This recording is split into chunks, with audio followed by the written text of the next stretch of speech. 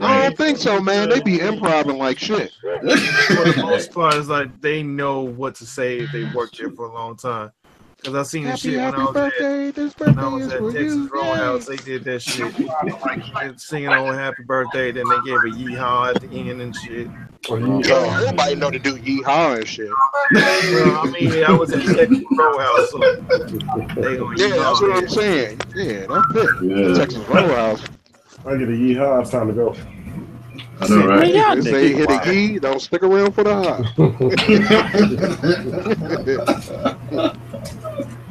Oh man. Yeah, man. Crazy ass year. Yeah. Crazy ass year. Yeah. Yeah, the same. Yeah, my homegirl that I not too long ago I texted. Yeah, she said the same thing. It was a crazy year. It's been 2017 has been a weird year, man. Weird. Yeah. That's all. Just a weird year. I know motherfuckers been checking out left and right. Like they know some shit coming or something. I'm like, man, shit. Yeah, you're right. Kid, what's the scoop? Shit. Motherfuckers is out of here. I guess that's what Heavy D said. You can't see what I can see. All right. That's true. There you go. True indeed. You know what I think it is, man? I really think it's just the advent of social media and everything because people be passing away all the time. Like, this should be killing me a lot of times. We see, like, it'd be people who be like 87, 93. Oh, my God, I can't believe it. Yeah, that's true.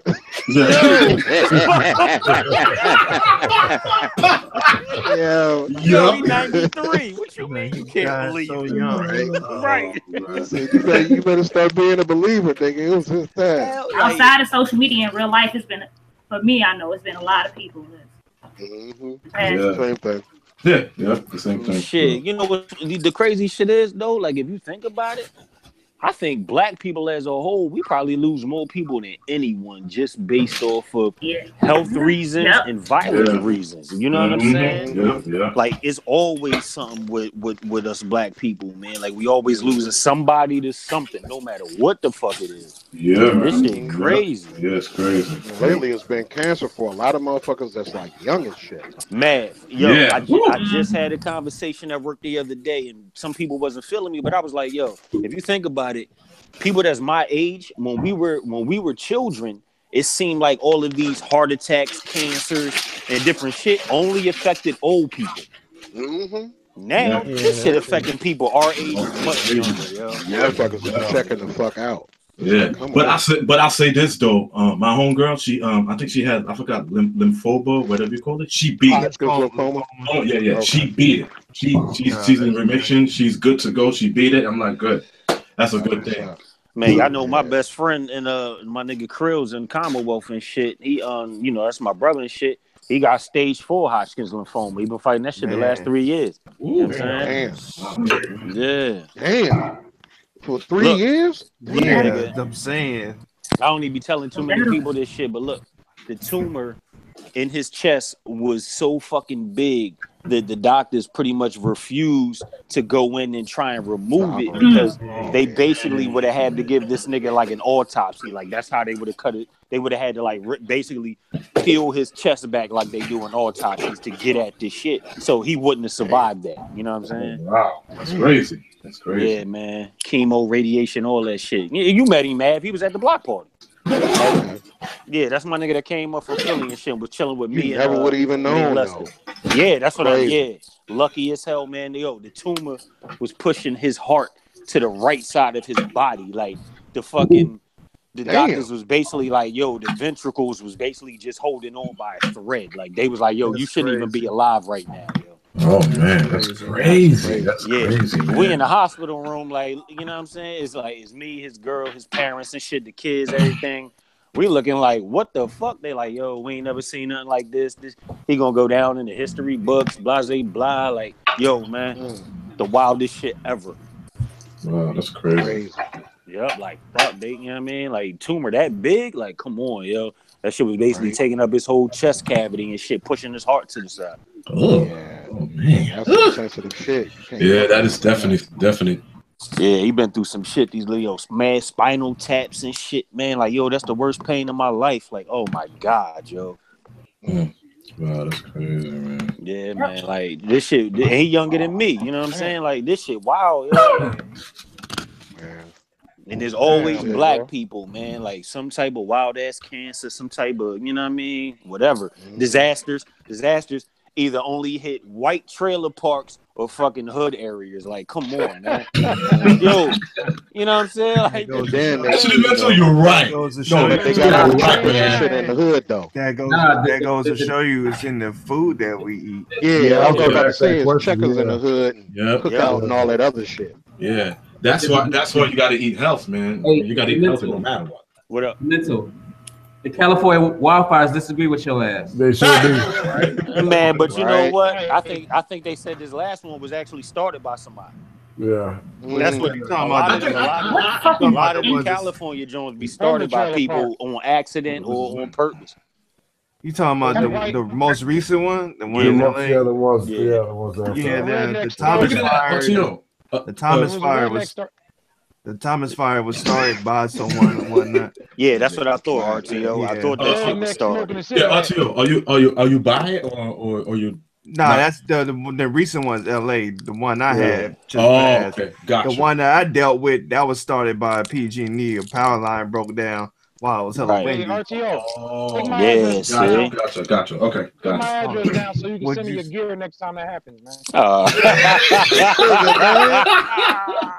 Like, get Told this y'all guy. niggas I ain't seen this shit. That shit burning Right. up so I can get a claim on Get that it. shit. Yeah, no Goddamn doubt Get a all state. motherfucking I know, right? send his ass a portrait-sized middle finger and shit.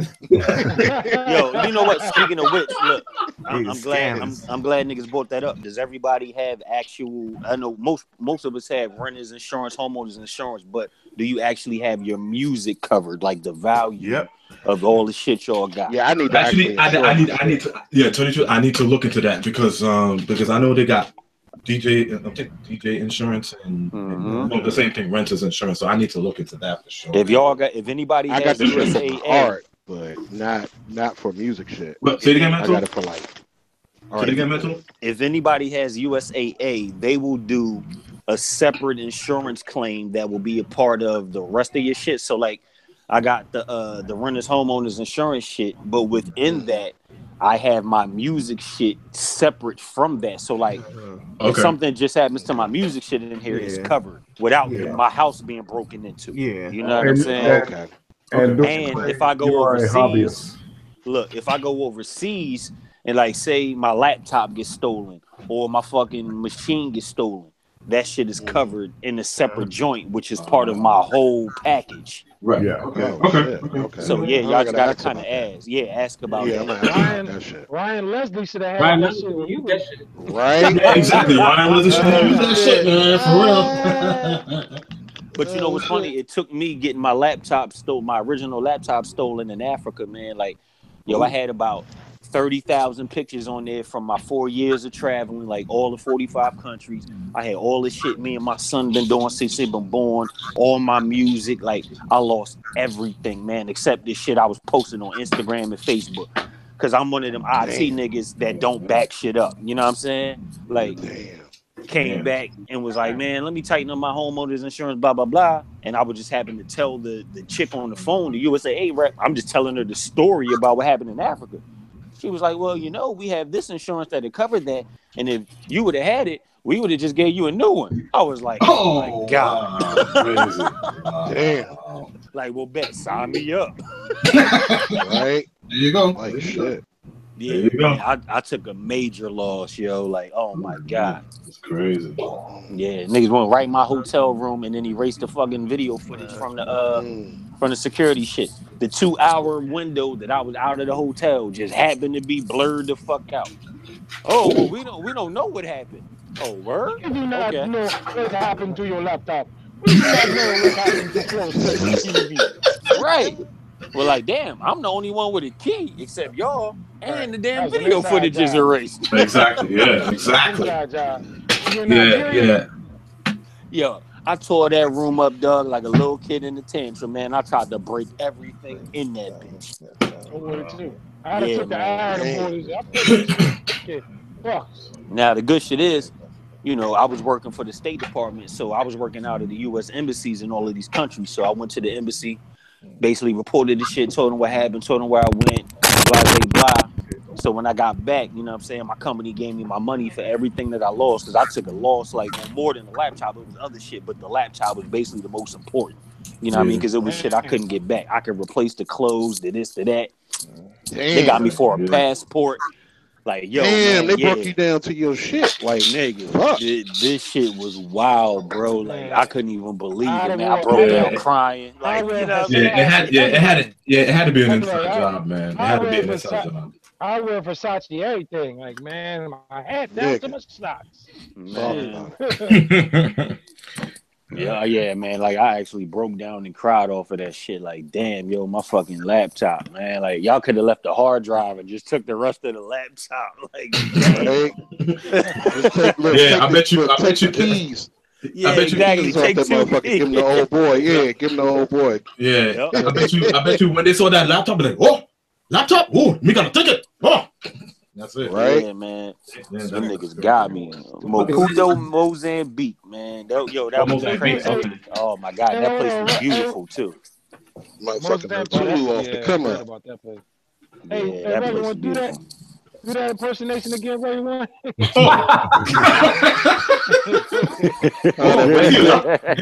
Look at say anything, but oh my god! Oh, look at this! They got the laptop. Oh. Look at that. I ain't reckon when you talking shit, fuck around and do a show in Mozambique. Be like, I heard you on Stretch Magazine. Regan be like, nah, it was another Regan. It wasn't me. Right. That's okay. My shit will be protected. My shit will be Bogart to the fullest. I don't give a shit. That's all I can say. I don't give a shit. Nah, I'm talking about protect your neck. Fuck that shit. Hey, I don't care. I'll protect my ass, and they try to come at me. Okay, they got another thing coming. That's all I can say. Fuck that. Sorry, fuck Rugged. Shit, you talking that shit, Rugged, motherfucker be behind you with a machete, you gonna have some fuck that. Take it off. Yeah, Boko Haram and shit. Fuck around and get that motherfucker a speeding ticket for running on the sidewalk. Get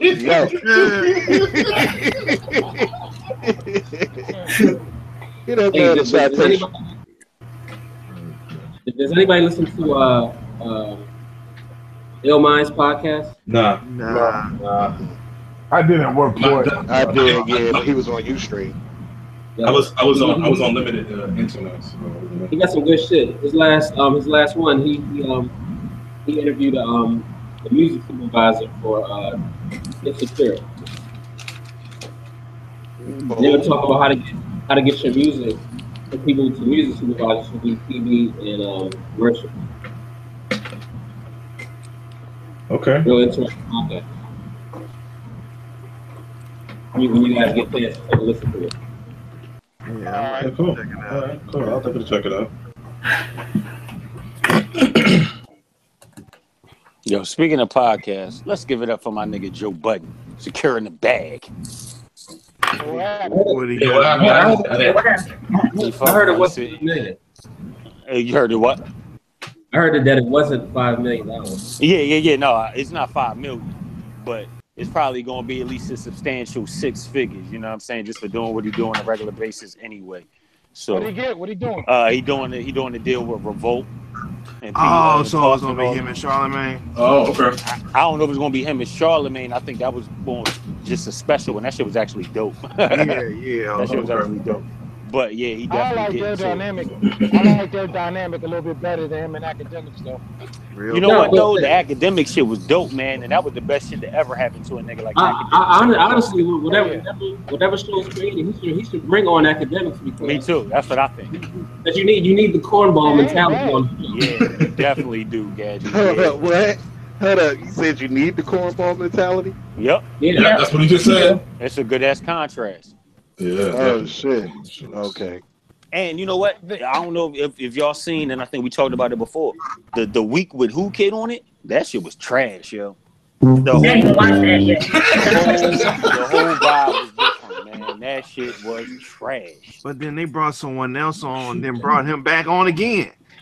Exactly. Really? Wow. I was like 2 more times. I was like, what the fuck? Now, the only thing I will say if you got through the bullshit, Who Kid did drop a couple of jewels. Like he really dropped jewels on the payola shit that's really going on that don't nobody want to talk about on radio. Like to the point where I was listening, I'm like, damn, this nigga about to get blackballed by the same motherfuckers that was paying him. You know what I'm saying? Because he letting it go right now. But he was also saying, he was like, yo, you know, I put the white voice on because of this corporate shit. Like, you know what I mean? He's like, yo, I got to throw my white voice on. Like, he was like, I got it on right now on the show. So, you know, he was really letting it be known, like, this shit really is a, you know what I'm saying, the industry and the company and this, that, and the third. You got to do what you got to do to get to the money. And that's why a lot of the bullshit is winning. And a lot of the shit that we love and we covet is not winning because niggas like us don't want to conform. And you know what I'm saying? And it's going to take a lot to make us conform to the bullshit. You know what I mean? Even though we could do it, but we don't want to. So, yeah, he really dropped jewels, but it was corny as hell. Like, you know what I'm saying? Yeah. I saw this shit today, and I saw Who Kid, and I just hit the unsubscribe button. Yeah, like, it ain't going to work. Yo, they said 600,000 people unsubscribed for them. Dang. For real? That's crazy. Yeah, no, I was one of the fuckers. I swear I hit that button quick as fuck. That's half a million. Just and they had 1 million subscribers. They was at 1 million subscribers. Damn, homie. You used to be the man, homie. Yep. Yeah, everyone else up on there is just gonna be a bunch of sneakerheads, and that's about it. Because that's the only other thing Complex got is the sneaker shit. And the crazy shit is, man, Joe been doing this podcast shit since the beginning. He was him and Tahiri, you know what I'm saying? They let everybody into their relationship, all that shit, but he don't never get that credit. They used to be like, oh, he emotional, he didn't see that. Real, like, bro. come on, man. Kept the real for years, bro. For years. Yep. Kept the 100. That's one thing Get that niggas cannot knock that bull for, man. He put all his emotional shit out there, you know what I'm saying? Yeah. And he made good ass music in the process. Like, niggas can't take that shit away. The Gotta new have music something. series? That's how he feels why he want the bad bag, man. He feel like he deserved that shit. He's been it for a long time. Yup, Now and it's he's just starting doing. out. Hell yeah, man. He fucking ushered all that real shit in as far as niggas just being out there getting money. Besides Soulja Boy and the whack niggas, Joe Budden was the first real nigga to be like, yo, let's get this fucking internet podcast shit popping. Remember, Meek Mill's like, man, I don't know about no podcast, man. I don't know nothing about podcasts, man. Right? Here's the thing with hip hop. Hip hop lets everybody come in and do their thing and get big off of it and blow the fuck up. Yep. Like country music don't let no fucking rappers on today's fucking stages. Except for Nelly. Yeah. Yeah. I was about to say, yeah, tip a girl. Nelly's allowed. He's allowed in the club. That shit is a gimmick, but he's an anomaly. No doubt. Yeah. But we're so fucking accepting. We're so accepting of the Post Malones and all these other cornball ass motherfuckers. Yeah. Miley Cyrus. Like, Stitches. I know you saying we loosely because I know none of us here are. Yeah, But I get what exactly. you're saying. Yeah. Yeah. they make one song and the mad, you know, our kids go crazy over that shit because they don't know the difference. Speak for yourself, brother. Huh? Oh, look at this. Time to go. Stitches ain't gonna never get no job. Gotta go. The last time this year hurts here. Gotta Hey, go. I know. I think it's time for me to go because now Digger Hurts has a nice looking avatar, so I think I'm gonna leave. So I gotta go. Bye. Hold up. Who's that? Yo, who's the oh shit. Nah, my phone wasn't where I can see it, but I can see it now. Hey, guys, we know you got them Charlie Pride records in the stash, man. Hey, Charlie Pride ain't got no sample material. I just gave away 3 Charlie Pride records, man. You gave me that motherfucker took him. Man, who is that thumbnail looking like Curtis Mayfield with no beard and shit? Like Kevin Lyle's uncle. That's Bless Girl. But back to my point, like we let what's the motherfucker who grew the beard to do hip hop just for the movie, and everybody he said he left acting to do hip hop. What the fuck? Not the guy from Trent. Oh, that's Shia LaBeouf. Yeah, it's him. Yeah. No, Jaquai.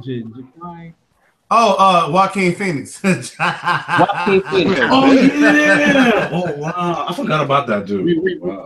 Remember, he left acting to do hip hop full time, and motherfuckers lost their fucking mind. He got a whole bunch of shows, and then at the end, I kind of remember hearing something about that. It was all for a fucking movie. Yeah, Joaquin Phoenix.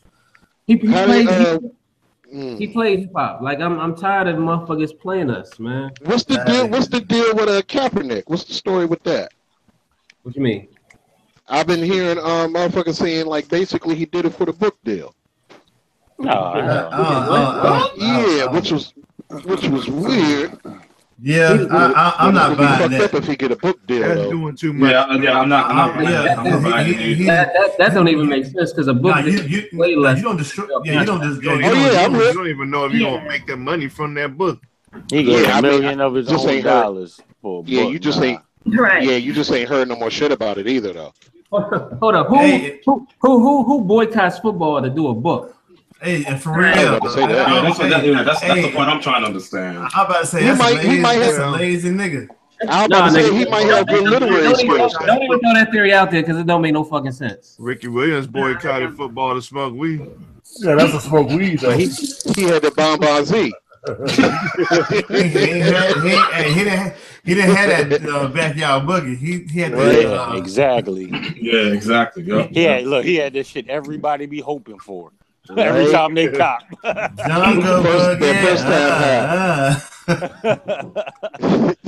Shit, he got that shit everybody hope for. Bomb Z. Nick said the Bomb Z. I ain't heard that shit in so long. Right. What's some white chicks from Oakland that area when they came out? Lil Debbie. Oh yeah. Lil Debbie. RTO folks. Lil Debbie. Creation. Like that's how it is. First, you just come through. I'm sorry, bro. Damn. Hey, last shorty. I've been telling y'all I don't know how long that motherfucker ain't from fucking Oakland. if you white and grew up in the culture like Eminem, I can respect that. But if you fucking did, if your father did country music and you just come in and start doing twerking songs, that ain't natural. And you can't even twerk. You ain't got shit to twerk with. That's what made it bad. Man, no, what made it bad was her skeleton was doing it. But what made it bad was the cooning behind her. Yeah, that was the no doubt. That is the niggas who was signing this bitch. She can do what she wants, but when she got black people cooning behind her, that's the niggas that was co-signing that man. I could not fuck with that. And I know these people called this shit. This shit really pissed me off. They calling this shit the white girl mob. Like these bitches ain't doing shit. And I'm not against white people doing rap, but I'm against all people exploiting it for their own benefit. Yeah. I'm kind of I don't know what this whole G-Eazy shit either. Like I don't know. What is it? G-Eazy. I mean, not a white dude. I actually like G-Eazy. He got a hold of me when he was on the Raekwon album, and he was spitting bars. Okay, see, I never really listened to it because I'm so fucked up about the whole damn white girl mob shit. I was like, nah, I'm cool. Hey, hold on for a second. Bless girl, could you please change your avatar, please? You talking about who, BG? Yeah, man. Hey, look at the forehead on that joint, yo. I know, man. Hey, please. I'm sorry, Gadget, man. Please change that shit, though. That shit. Hey, I gotta keep. Never mind. I forgot we live. Such a distraction. Never mind. Go ahead. Yeah, but it's a lot of nonsense went on behind that, man. I remember when you know, the likes of Juicy J was co-signing Miley Cyrus, and they got all of these, it's got to be something that you won't do for the money, in terms of us too. He did it for a check. Yeah.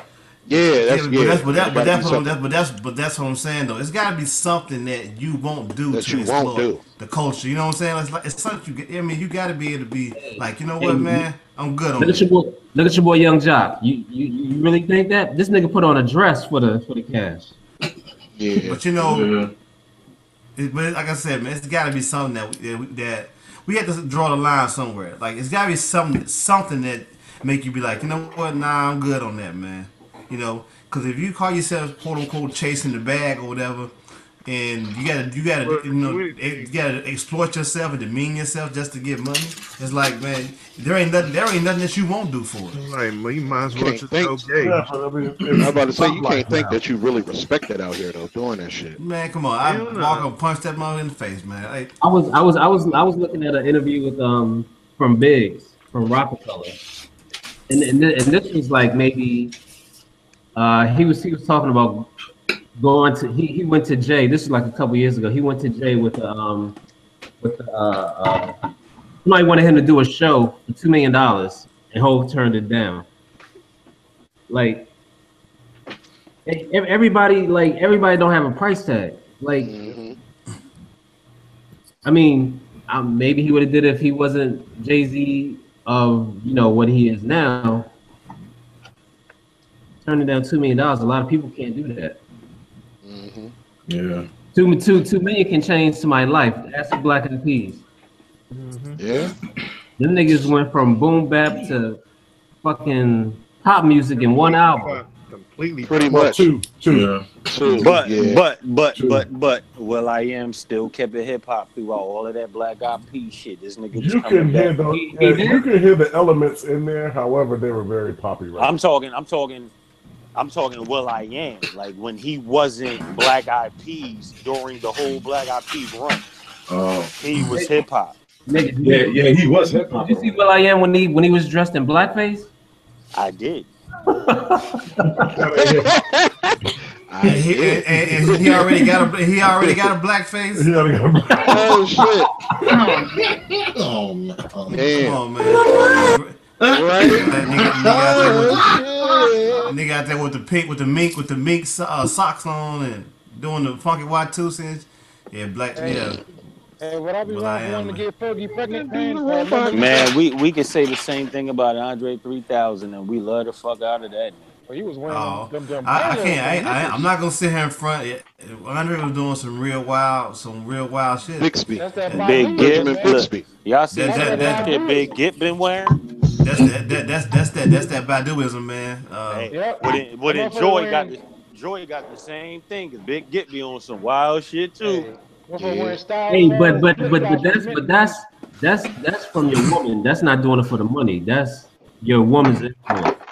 Damn, guys, Huh? Did she say I said, yeah, that Baduism had a motherfucker wearing style for flip-flops for bamboo shoots. Right. Okay.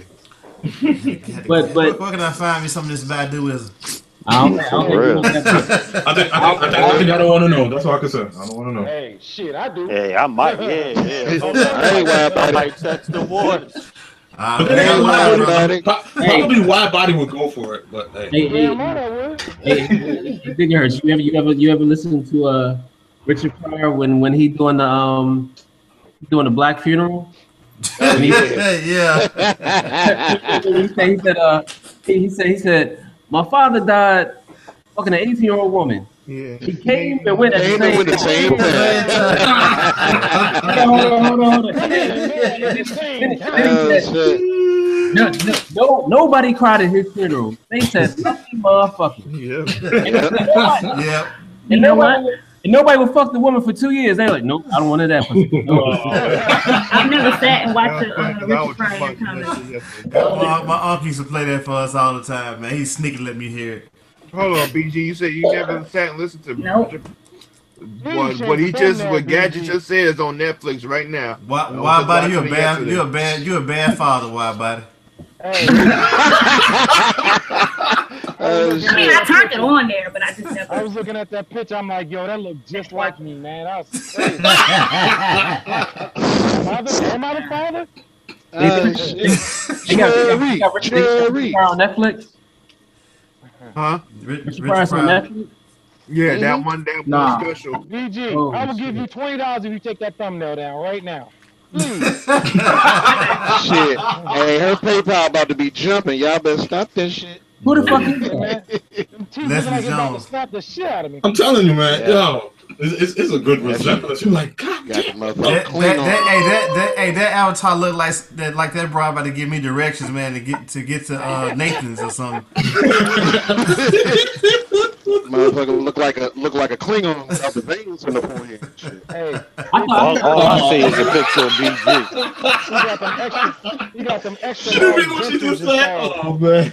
Nah, what she say? That's some damn good tactics right there. She said she got the Malik X away. I was like, oh shit. Oh my goodness. I gotta go. Exactly. Thank you very much. He look like Kevin Lyles with a. Well, it's been said. Yeah, I gotta keep them away.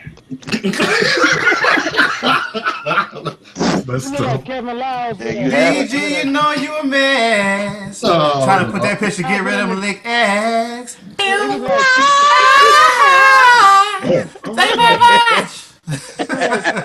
Alrighty then. I'll be come around. I'll be come around. Bye Bottom of his face. He look like Kevin Lyles with an Alvin and the Chipmunk chin setup. Yeah, the chin The chin setup, Yo, the crazy shit, man. This nigga Malik X somehow find me on the Google Plus shit. Like, who the fuck uses Google Plus? Oh shit! Like, yo,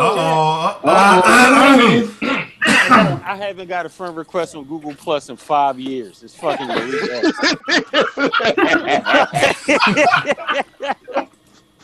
What's up, Wallace? I forgot I had a damn button. See you over there, man. Mr. Wallace, what up, man? What's up, Malik X in the chat? I like that shirt, brother. What's up, Malik? What's going on, Malik? Repping. Assalamualaikum and peace, God. Yes. Alaikum assalam. Hey, I want to take this time out too, man, to say I hate Clark the Spark, I hate Wildbot, and I damn sure hate that black man.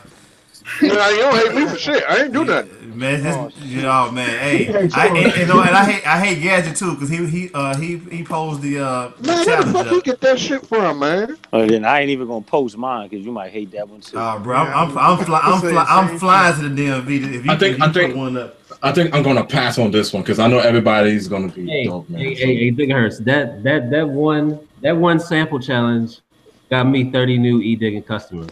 That's what's what's up. up. There you go. Hey, that's what's up. That's what's up. Yeah. All I know is that when I heard Clark the Spark join, I was like, okay, I might. I was like, you know what? I might be able to do something to this. I don't know. He bringing it. I was feeling good about my submission, man. Then I turned around and I heard why about it. I was like, why about it? That shit kept me up at night. Hold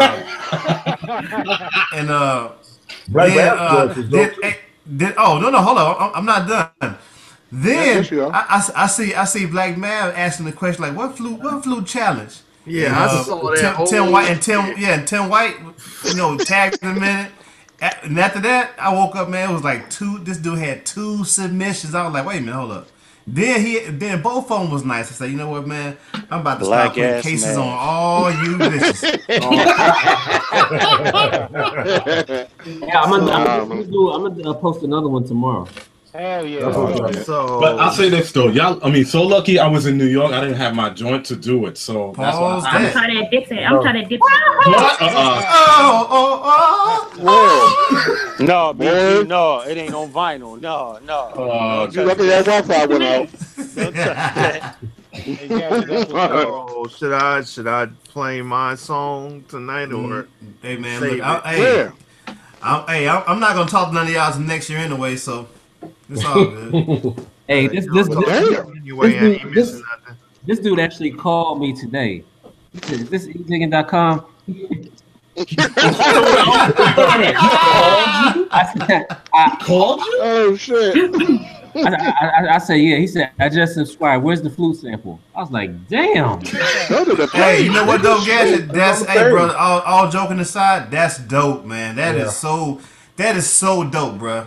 Yeah. That is, man. Like, come on. Yeah, I mean, I like, ain't gonna man, lie. I ain't even know what the fuck to do with that shit though. For real, motherfucker. Hey, Johann shut up, Strauss man. and shit. Yeah, I I ain't wasn't gonna do bullshit. it. Yeah, actually, no, no, you know what? No, Black Man, I agree with you, man. When I heard it, I was Yeah. like, Shit, okay, shit. yeah. I hate Clark Spar because he put the pressure there, man. Like, hey, man, Nah, I don't tell like why you your put the shit. pressure on, man. When he tagged me on both joints, I said, motherfucker. No, God but damn it, Tim. Hey, Dick Hurts, your fucking snares. Oh my god, nigga. Man, But I'll say this. I'll give props to Wide Body because what he did with that joint, I was like, ooh, okay. man. I'm gonna pass. That's all I can say. I told, and it's some hard headed niggas too, man. Cause I told Wildbot don't even call me, I'm gonna lose my number. What he do? He called me yesterday, and he called me. I said, man, didn't I tell you don't call me no more? I wasn't joking. That was for real. Don't call me no more, man. Call me. Right. I'm glad y'all like that sample, man. That's off a fucking a record that I had just bought that day. What's crazy about it was that I told Wildbot, I said, man, where the hell you find this shit at? Like, it was a classical record. That ain't no shit I would have picked. I ain't gonna even lie. Yeah. But you know what though? That's a testament to Gadget will give you the most. He'll give you some shit that's comfort food. He gonna give you some shit like, hey man, you better take these Hall Malls and chitlins, man, and make a meal out of it.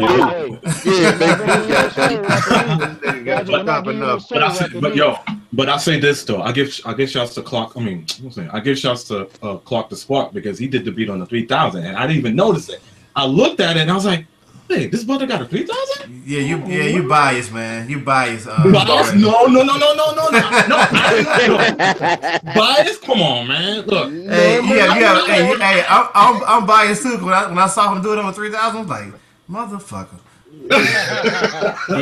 hey, Digger, you gotta hear the shit I'm getting for this Dipset beat tape. Oh my god. Man, you know what? I'm gonna tell you something. I for a brief second in time, I contemplated doing that. Then I thought about it. I was like, you know what? I'm gonna sit this one. I ain't got nothing for that. I ain't gonna even. As a matter of fact, I was listening to my beats on the train, and I was like, wait, maybe I do have something. So that shit took me back to 2007, 2009. Wow. I think Wildbody should try his hand in it because I know he got some Dipset bangers in. I think he got some heat for that. Word. I'll be right back. Can I ask a question right quick? Shouts out to Agent Smith 78. They dropped the album today. I mixed it. It came out tonight. It actually came out tonight. It's called I See None. Mass. I think it's criticalmass.bandcamp.com. That came out. I got a feature on it too. Congrats, man. Congrats. So I wanted to get y'all a final verdict on Serato Sample. Is that an essential piece at this point or what? $100. Hell no. $100. $100? Hell no. It is. You know what? I'm gonna tell you something. When you come from vintage gear to where you only got 16 pads or maybe 32 or whatever. Going back to 16 at this point in time, and I know you can pitch your sample and all this good stuff with it, but like going back to 16 chops at this point in time, it's prehistoric. I mean, it's like, yeah, right.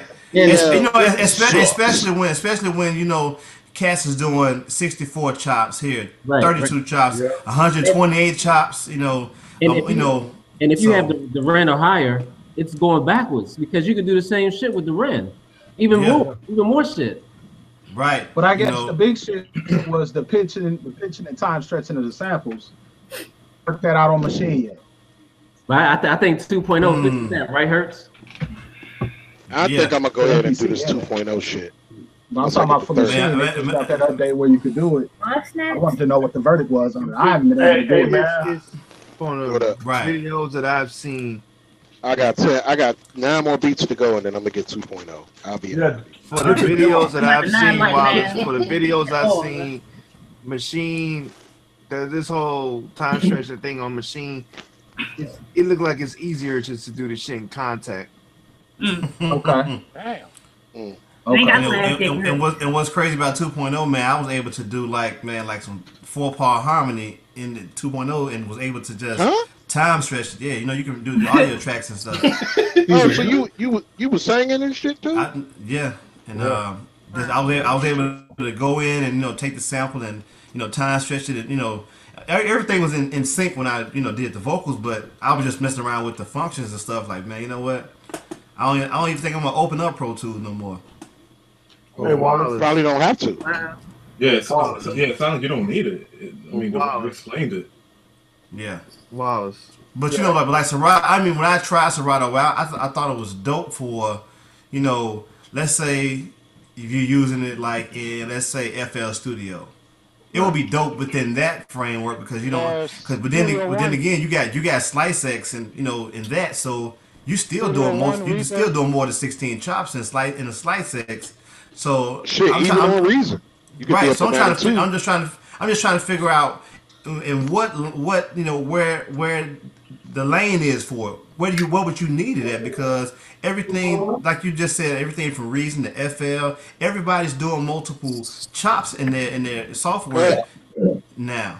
But I don't know. But in its defense, you got to think like, you know, the new piece that Hill Prop just acquired. Okay. That's actually less. You know what I'm saying? He does less with that.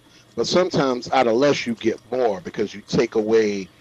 You only keep what you're going to use. You know what I'm saying? True, though, but at the same time, we're talking about software, and it's hard to minimize software like that.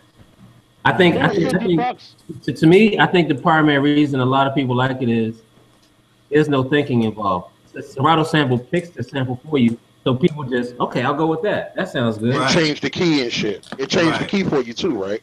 That's all I want to do. That's all I want for it to do is to be able to change the key or the sample in time. But that's you know keys and shit already, right? Yeah, I know. Yeah. But he wants it to be the same time, the same speed as before. I want it to be the same speed. Wallace, you got Ableton. Yeah, I do. Yeah, I do. Yeah, I do. Sitting on that for I don't know how long. Pause. Yeah, pause. I've had Ableton 9 for like a year and a half. Yeah. It's certain people on this panel, man, that make me not even want Ableton. I'm like, but what you're trying to do, you don't need push or none of that. You can do all that you want to do with what you got now. Yeah. If it was $50, I'll get it. But not for 100. Sorry. Yeah. $100, nah. Yeah, if Serato was to come out with their own, you know, beat making software or whatever, I think something like, you know, something within the framework of the software would kind of be dope if they had their own, I guess, software in terms of like their own DAW or whatever. But like as it stands now, the only way I can see myself really using that is if I'm using something like, let's say I'm using something older than, you know, the 2000 XL or something. You know, I bet you, you know what? I bet you Serato is working on it. I bet you. Not oh man, everybody working on it. What was the other drum machine that came out with? I want to say that was Pioneer. What was the joint? The Torias or something like that. So everybody is, you know, is kind of getting into the game to where, you know, if they're introducing some type of sampling, they're giving you more than just the standard 16 pad or 16 chops. They're going above and beyond because they got to keep up with the likes of the Push 2, the Machine, you know, whatever else you use. Yeah, at least trying to. Yeah, that's true. That's true. It's just whenever all they need to do is be able to get banks and Serato sample. Serato sample is a great conversation piece. Right. Wow. But it wasn't worth $100. I agree with that. Nah. If he was part of the beta, then he would have got it for 50. But for that 100, nah. Hey, Wallace, you still there? I'm here. What up? Hey, you get any more submissions for the joint? For the joint? The who? Book Brown joint. Which joint? Book Brown. Nah, ain't nobody been dropping nothing in that Okay. folder, man. Oh, I thought I did. Okay. Yeah, I got yours. Oh, okay. But I was waiting to see if anybody else dropped it in. I'm gonna drop it. I'm gonna send her the link. Probably sometime this weekend. I told her to give me a couple more weeks. So do you want? Do you need these tracked out too or no? Just 2 tracks, just demo. Hey, be careful! Be careful with the tracking out of things. But you No, let me I know. know. That's what I'm saying. No, I sent him some tracked out Oh stuff. no, I'm not shooting at waters. I'm just it's a PSA. No, I'm saying it's all just demos, just 2 tracks. That's it. You want to put the tag in it? That's cool. Just for her to get a vibe. That's Guys, it. when you say 2 tracks, what do you mean by 2 tracks? Like just an a MP3? wave. Yeah, just a Wave, A AIFF. completed mix of the beat. Yeah. 2 tracks. Two track. What do they call it? 2 track stereo. Yeah. Like shit. Say that again. A completed, just a mix of the beat, just like what you sent me the other day. Okay. You know what I mean? That's a 2 track. Yeah. Yeah, as a matter of fact, I need to work on that too. There's a lot of stuff I gotta work on. Hey, send them 2 mono joints, the left and the right. Let them put together themselves. Hey, so Wallace, did you get the bass and drums on the left and shit? Right. I know, right? shit hard pans to the left. Yeah, hard pan. RTO, I got your joints for Vietnam, but I haven't had a chance to mix them because I was finishing that Brother O album with. Did you get the ones I sent recently? I sent 2 more. Yeah, I sure did. All right, cool. Damn, I'm trying to be like RTO when I grow up. Yeah. RTO running things. Like shit. So yeah, I got right now I'm working on DMP got a I hate to call it a best of, but DMP got a tape that's coming out. It's called The List, where it's just a compilation of just different joints over the course of the years for people to just kind of catch up. Uh-huh. And then I'm gonna do I'm trying to drop PD3 on New Year's Day. So tonight I'm working on The List, and then at PD3 I'm gonna work on all this weekend and then try to put it out on Monday. Boy, look at that man getting his work on. God damn. Yeah, when y'all been? When's the Vietnam stuff? Y'all, I didn't know y'all was accepting stuff for Vietnam. Vietnam isn't coming out until May. Oh. It's not coming out till May, but I need joints as much as possible. They've been recording left and right. They got a lot of shit. That's good. Well, it's nothing but the best for them dudes, man. They work hard, man. They be grinding. Yeah. Oh yeah. I mean, we all kind of united in the fact that it seemed like success belonged to the people that work the hardest. So we're gonna do the right work. There you go. You know what I'm saying? Not just work, but do the right work. Everybody working. Yeah. But do the right work. You know what I'm saying? For progress. So, but check out that Brother O album. Yeah, I'm looking at Give me it some right critique now. on the mixing. Yeah, drop that link. You know, critique on the mixing or whatnot, because I tried some different things or whatever, and I like it. I'm on number 5 on that joint. Alice, you seem like you got different energy, man. I could tell. I could sense that, man.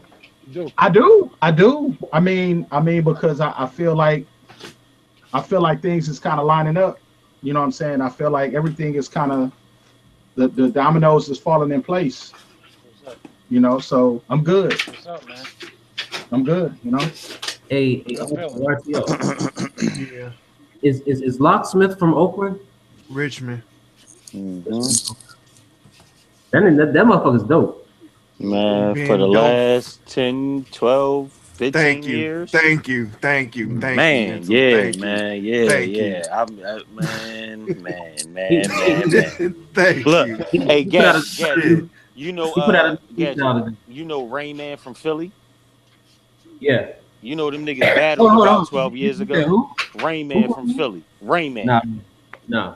Oh, nigga. You remember the Blaze battles back in the day with Blonde Fury? Yeah. Rain Man was on the first one, and probably the all the other ones they had. But like 12 years ago, him and Locksmith battled. Like, and Locksmith been around for a minute. And the nigga Rain Man from Philly is one of the illest. Yeah, I remember there was this old ass footage when Locksmith was in New York, and it was something that was on TV, and he battles some New York cats in New York, and he lost. That was a Blaze battle. That was out, okay. That was a Blaze I battle. remember that. I remember that. That was back like on HBO, like 12. Man, you know what? It might have even been more than that long ago because I think I was still living at home and I graduated high school and went to college in '96. So did he have an album produced by Ski Beats? I mean, I had to look him up again when I heard the freestyle, and I see a whole bunch of videos with him and Ski. So what? He been on Sway for so many years. Yeah, do you know you got any connections to Granddaddy IU? I actually do. Yeah, I want to produce that dude, man. So basically, Locksmith Nice. had a group called Frontline. He was in a group Yep. called Frontline. Yep. Him and Left, and Frontline was headed up by EA Ski. That was the people he brought him up and whatnot. So Lock been spitting forever, like he's been killing shit. So that happened. And he kind of left EA Ski and then started fucking with Ski Beats. So he been doing shit with Ski Beats. I think it's probably maybe just a few mixtapes or whatever. His albums are dope. I got all that shit on title. So he The did. There's one mixtape that he dropped that was hella dope. The Green Box. Check that out. Green Box crazy. Yeah, Green Box is dope. That shit got production from Ninth, Eric G, just a bunch of motherfuckers on there. That mixtape was dope. Man, don't get me started on Locksmith. Man, just look up all them Sway joints he killed over the years, man. Like Sway been promoting this nigga forever. Yep. I need to be seeing him. I need to see Cormega. I need to see them dudes drop something, man. Let's go. Didn't Cormega drop something before? I mean, what? Oh yeah, definitely before. This nigga got like 5 albums. Okay. Yeah, I need some new shit. And they all I mean, not to say crazy like as that, fuck. but I mean, no, like recently. That's what I'm saying. All right. I haven't heard of Got like Cormega. 5 albums. I haven't heard of Cormega verse since he did that shit with Action Bronson a couple years ago. All right. Oh, They were trying to that form Mars Mars. shit was crazy. Mars was fucking bananas, yeah. yo. Oh Fuck my yeah. god. Oh. Yeah, Mars was bananas, yo. Fucking Saigon, come on, man. Ransom, yeah, that shit was wild, yo. Ransom. Yo, Mega, Action Bronson, Ransom, and Saigon, yo. That shit was crazy. And it's like I mean, like with Mr. FAB, man. Oh, Fab was my nigga though. I love Fab Spin. I love. That did not sound right. I love Mr. Hey, FAB. brother. Hey, don't paint yourself in that corner, brother. Right? I love Fab. This motherfucker you like, you love, huh? freestyle shit. I love that, but Man, you fuck that doing? RC, yo. In the context of hip hop, that shit sounded fine, yo. Yeah.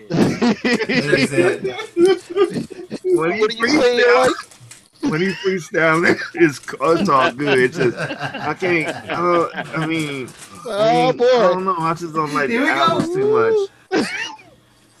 Granny don't. You know what? Some niggas make some niggas make trash ass albums, Right. Like And back now in the the thing day. is, his albums aren't trash. It's just I don't fuck with that shit no more. It's like I'm been over the whole hyphy movement shit, and he kind of throws little hyphy joints in there here and there. And it's like, okay, I know we and all this shit, but it's like I want to fucking hear some other shit, man. Like when he freestyling, he be killing shit. Yeah. And they worse than listening to a nature album. Oh my god. Oh. Hey, but you know what though, man? That 4 All Season joint had some joints on it, man. Hell yeah, that shit has some I joints. just can't listen to nature for a whole album. I just can't do it. Damn. It made me like I'm Speedway. Hold on. Hey, man, you don't like nature, brother. You don't like hip hop. Well, word. Man. But no, but you know, it's crazy that a lot of the way we bought albums back then was like by association. Like if you bought a firm album, when you saw Nature, you're like, okay, well if you was really messing with it, you're like, oh, I'm copying that when they come out. He got a lot of sales off that. He got a lot of sales off that. Hell yeah. Killer Army. But you know what, man, though? the Killer Army, man, my God. Speaking of the firm, I was mad that Cormega got replaced by Nature, and I love Nature, but Cormega is a whole Yeah, different Cormega was breed of that dude, animal man. for me. Yeah, exactly. When that shit happened, I was like, Nature cool, but what the fuck? Yeah. No, they said he said Yeah, they switched Cormega it up. took him up to the hill and beat the shit out of him. I guess Nature was talking shit to him. You know, Yeah. Cormega, but with them hands. Yeah, So yeah. ain't all this shit talked about on Drink Champs? I don't know. I didn't hear that. I think that I could have. I remember it while it was going on. You know Yeah. what I'm Oh, saying? see. Exactly. Hey, speaking of Drink Champs, have y'all seen the Wu-Tang joint? Not yet. Not yet. I've seen it. I didn't see it. I'm not gonna spoil it for nobody, but all I'm gonna say is this: I never thought that somebody would be as tore up as Sadat X until I saw you, God. That's all I'm gonna say. He Well, I always thought been that about way. Sadat when I seen him messed up. I thought about Sadat. Man, Sadat X was bad. I thought Sadat X was twisted, man. Man, you God was so twisted, man. Method Man looked at that dude like, hey, man. I heard Hey, fuck with Sadat X, man. That man teacher. He ain't out here doing all that shit like that no more. But have you seen the brand Nubian Drink Champs joint? No, but I heard about it. Oh my God! I heard he was gone. I need to see that. You had, man. I'm telling you, you will. That man, the last about hour or so, man, you will laugh yourself retarded, man. It's so hilarious. I might watch that shit tonight. That's all I got for that. It's a Sadat X is like, you know, man, like Sadat X is actually my favorite The MC Wild out of Brand Cowboy, Nubian. man. Yeah. You know, Wild it- Cowboy, the first one was bananas. Yeah. That album is dope. Man. That album was, but Hold that on. was my college days when I lived on campus. That shit was crazy, man. Hold up. Davenport just said fucking BG Avatar looked like a spawn of Whoopi Big and Young Thug Threesome. Oh my God. Damn. You know what that means. That's terrible. Damn. And that's messed up. Nah, but no, man. But Mr. Gorbachev. yeah, but Nature first initial project was okay. He had it was bars, dope. man. Like Nature Yeah. could spit. But like some people, I think some people consider that Firm album not to be like I like the Firm album. But you know what? I guess for me, when other people think of an album like that as trash or think it ain't dope, like that Firm album was dope. Yo, It Phone just- Tap it- alone was crazy. Yeah, alone. But it's just I think it was because, you know, the climate at that time, you know, coming off the whole East Coast West Coast situation, and the fact that, you know, a lot of that stuff was done by Dre and them. Yeah, shout out the to track Dre for masters. that, though. Shout out to Dre for that, because he came across the lines, kind of made me think about. Hold on for a sec. God damn it. Yeah, but you know, I mean, the firm album was. But you're right though, Mills. I would have rather had heard Cormega. He was a part of the initial lineup or whatever. Right. So when I first heard Phone Tap, I'm like, I don't know who this dude is. I like him though. Right. When I found out, you know, he was that he replaced Cormega, I was like, okay, we'll rock with him for a minute, but. Then Cormega came out with them Nas disses, and I was like, oh yeah, I knew this was coming. Yo, say Nas gave him Cormega, the $50. realness album was crazy, man. But you know, he said he wrote that what's that, one of those verses in that Nas said on the affirmative action joint, off of Nas's album. Oh, I never knew that. Really? Yeah, he said I think the line was damn, how that joint go? Life's a bitch, but God forbid the bitch divorce me. When I heard Nas spit it, I'm like, you know what? I can hear Cormega saying that. Yep. Hold on. What song was that? I be flooded with ice, so hellfire can't scorch me. Yeah. Right, So, Bless the okay, bitch, God forbid. we talked about this before, I think. Because we were saying Foxy shit was wrote. So who wrote her verse on that Firm joint? Probably Nas. No, Jay ain't right there. Where she was adding and subtracting on your ass. If it was Right, yeah. Yes. That's had to be Nas there. I don't think that. Oh, you know what? Hold up. But you know what? The way she was spitting it, it might have been Jay, because if you listen to Man, she can't spit it. Word. Oh. But the way she was rhyming, it gives off more of a J, you know what I'm saying, feel than a Nas. Yeah, I can see that. Yeah. Yeah, I don't know. There was little sprinkles of the double time in there. Yeah, That's Jay's style right then. When she was breaking down them numbers, that's Jay all day. And she had me adding that shit. I don't know about y'all, but when she was breaking down, I was sitting there one notepad I was like, this shit add up. Right. Like, had my little green vibes on. Like, okay. Carry one. Motherfucking TurboTax. Nigga had the TurboTax vibe. Carrying it too, like make it bring it through. Right. Yeah, I'm like, what? With the pencil that you use to put your lottery numbers in, that little short the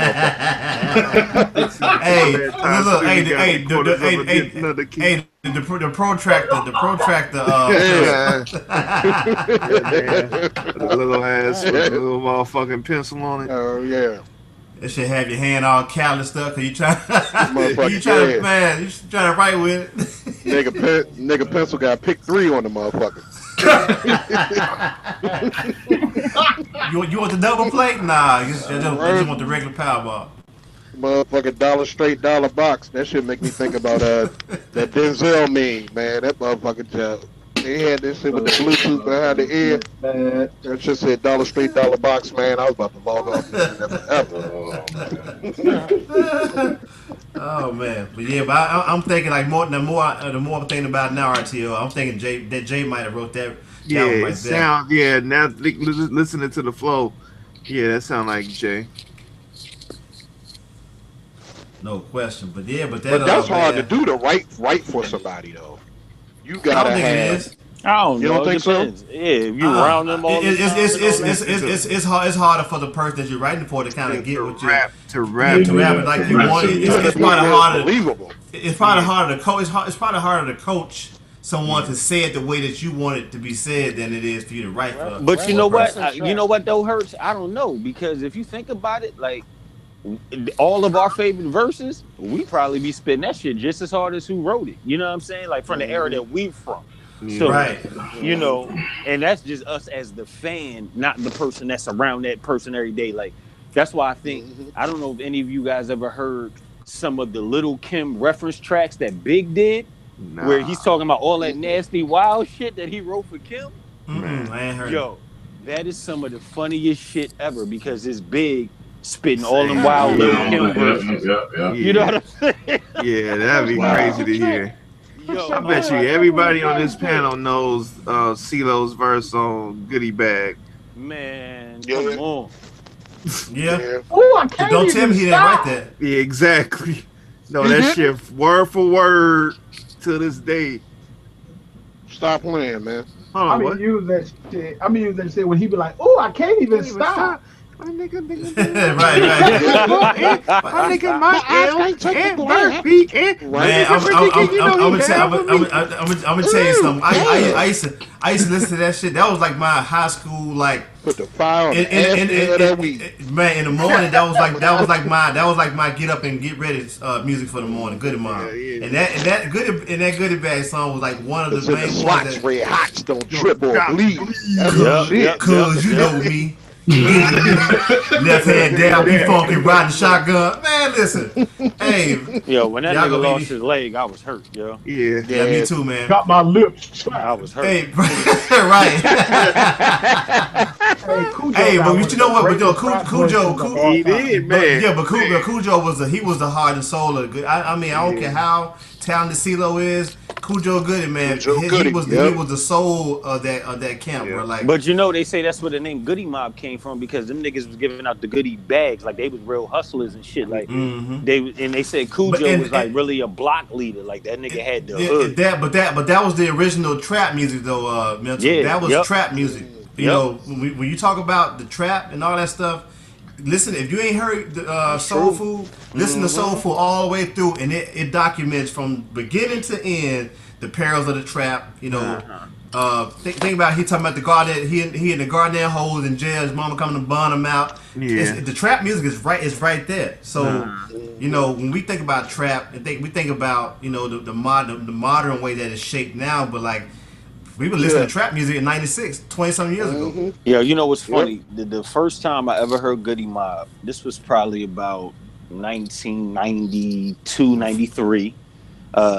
In Philly, me and my niggas went to Delaware Avenue in Philadelphia. Is real popular. We had a strip of clubs and shit. It was like Vegas, Gotham, a bunch of shit. Matter of fact, if y'all know DJ Cool, let me clear my throat. That was actually performed live at. Yeah, exactly. At Bahama Bay down on that same Delaware Ave. So back then I was in my freestyle shit, kind of getting my feet wet with like rhyming and doing shit, battling and everything. And me and my niggas was in Club Vegas. And they had this impromptu, like, oh, who in the crowd rhymes, something, we want to have a battle real quick. So some nigga jumped up on stage, some old head dude, and like my niggas knew I was nice, but I was the nigga who knew I was nice but didn't want to rhyme in front of anybody. So these niggas literally picked me up, put me on stage, and was like, yo, he's nice. So man, the boy was like, all right, cool, lay down the ground rules, whatever. And we start battling, and this nigga's like, this old head is coming at me, like full-fledged. And this is my first battle in front of anybody, you know what I'm saying? Like, let alone niggas I don't even know. So my young ass, and being from Philly, like, at that time, Philly always had spitters, but at that time, man, like, that was really, like, the real gritty era of the Philly shit. So, man, I hit this nigga full throttle and won this fucking battle, and the prize was like a whole bunch of music and singles. That was when everybody had like the singles with the instrumentals and shit on them.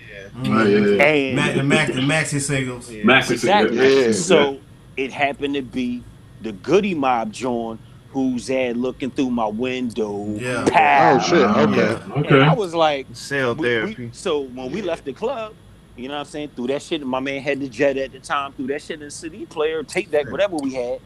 And we like, yo, who was these niggas? But this shit is crazy.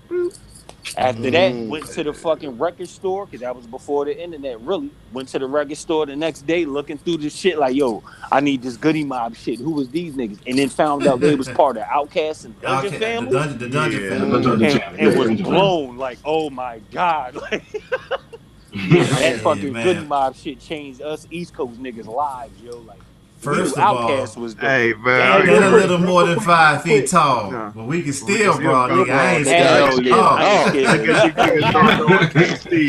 He stepping to me incorrectly. All right. Yeah, I'm gonna set my computer up. Give me a second. Bitch your ass up for real. Cause man, with that chunky I'm dumping the getting low with the little each and every day.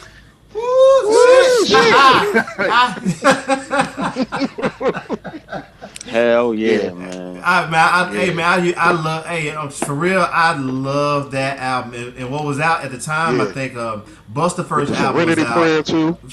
Man, Serenity Prayer. That came out '95, so Busta was the next year. Hey, so my mom, I remember putting my mom's up on Goody Mob because she already knew about Outkast, but I let her hear the song. Not the song, where he went into the spoken word. Like when he starts talking and stuff. Yeah. So I let her hear that shit. She like, cause like my parents, we was on our militant shit at that time. So let her hear that. Like, overdub. That nigga hurts, man. That nigga say anything back. Fucking overdub Jones, man. That's I'm telling you, but that album was like the soundtrack to my senior year of high school. Like in the morning, I get up, I got ready to that CD every morning. And that time, like I think Wallace just said, Liquid Source was out. Busta Rhymes' first album had dropped. The Fugees' album was out. I was heavy into Little Jamal from Illegal. His album was out. So I had all this dope music. Oh my God, you knew about Jamal? Yes, sir. Oh my God. Yeah, Jamal. That was the shit. I still got the cassette. And I got the red illegal cassette. Oh man, imagine that shit. Oh my God. People sleep on. I'm gonna tell you something though about Jamal's Last Chance No Breaks. That album was so slept on, bro. Like that is one of the most slept on hip hop albums of that time. Like yes, sir. From the production, from his lyricism, man. Like that Reggie album was Noble slept on the production though. Yeah, I a lot of beat that. G like You know what I'm Jamal. saying? Yo, that was my dude, man. Yeah, I love fucking. But that Goody Mob joint, man, like that's one of them albums that, cause that was like one of the first times that I, aside from Domino and other people that was singing and rapping, but like CeeLo, when I used to hear CeeLo do his thing, I was like, man, like, dude, I can merge both worlds, cause this dude doing it with ease, like, he doing his thing. One of the illest fucking CeeLo verses was on the Get Up, Get Out joint. I don't recall ever graduating at all. Sometimes I feel I'm just a disappointment to y'all. Yo, oh my god! But you know what? What I was mad about the fact that when they did the video, they cut his verse and Timo Goody's verse out. I know of the video. Yep. Why did they do that? Do you know? You know what? Because I don't think they had prepped the world, I guess, for the whole Goody Mob. Because when the Goody Mob hit, that shit blew everything out the water. Like you was still listening to Southern Playalistic, but when that Soul shit Food dropped, that was man. We talking about super gutter. Yeah, man. When they dropped that joint, I can remember when it first came out. I'm sitting at home and we that's when Rap City was very prevalent, and they played it. And I'm in the kitchen, but I got the stereo. I mean the TV playing in the living room. I ran in there to see who it was. I'm like, that's the dude that's the boy from the Get Up Get Out. I'm like, oh, so I'm sitting there watching like, and this is before DVRs and all that stuff. So if you wasn't taping, like I used to tape all the Rap Cities and stuff. So I was glad that I had I had taped it or whatever. But back then, if you saw a video, the album didn't come out for another 2 months or so. So you were stuck with the video or the single if they had the single in the stores by then. But I had heard a Goody Mob before on a song called a song on their album called Thought Process. Thought Process was part of this whole The Face sampler that I heard like early 95, late 94 maybe, and it was a joint called Thought Process. That's on the Soulful album, and that what really sold me on them because the Thought Process joint is like this super dope.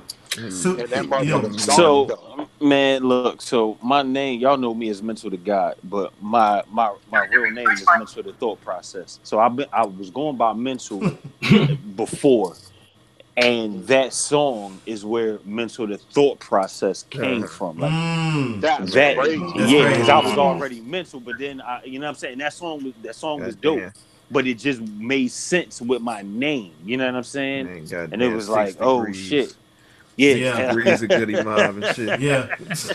I think CeeLo used to say a lot of introspective stuff, and on that Thought Process, he was like, I want to lie to you sometimes, but I can't. I want to tell you that it's all good, but it ain't.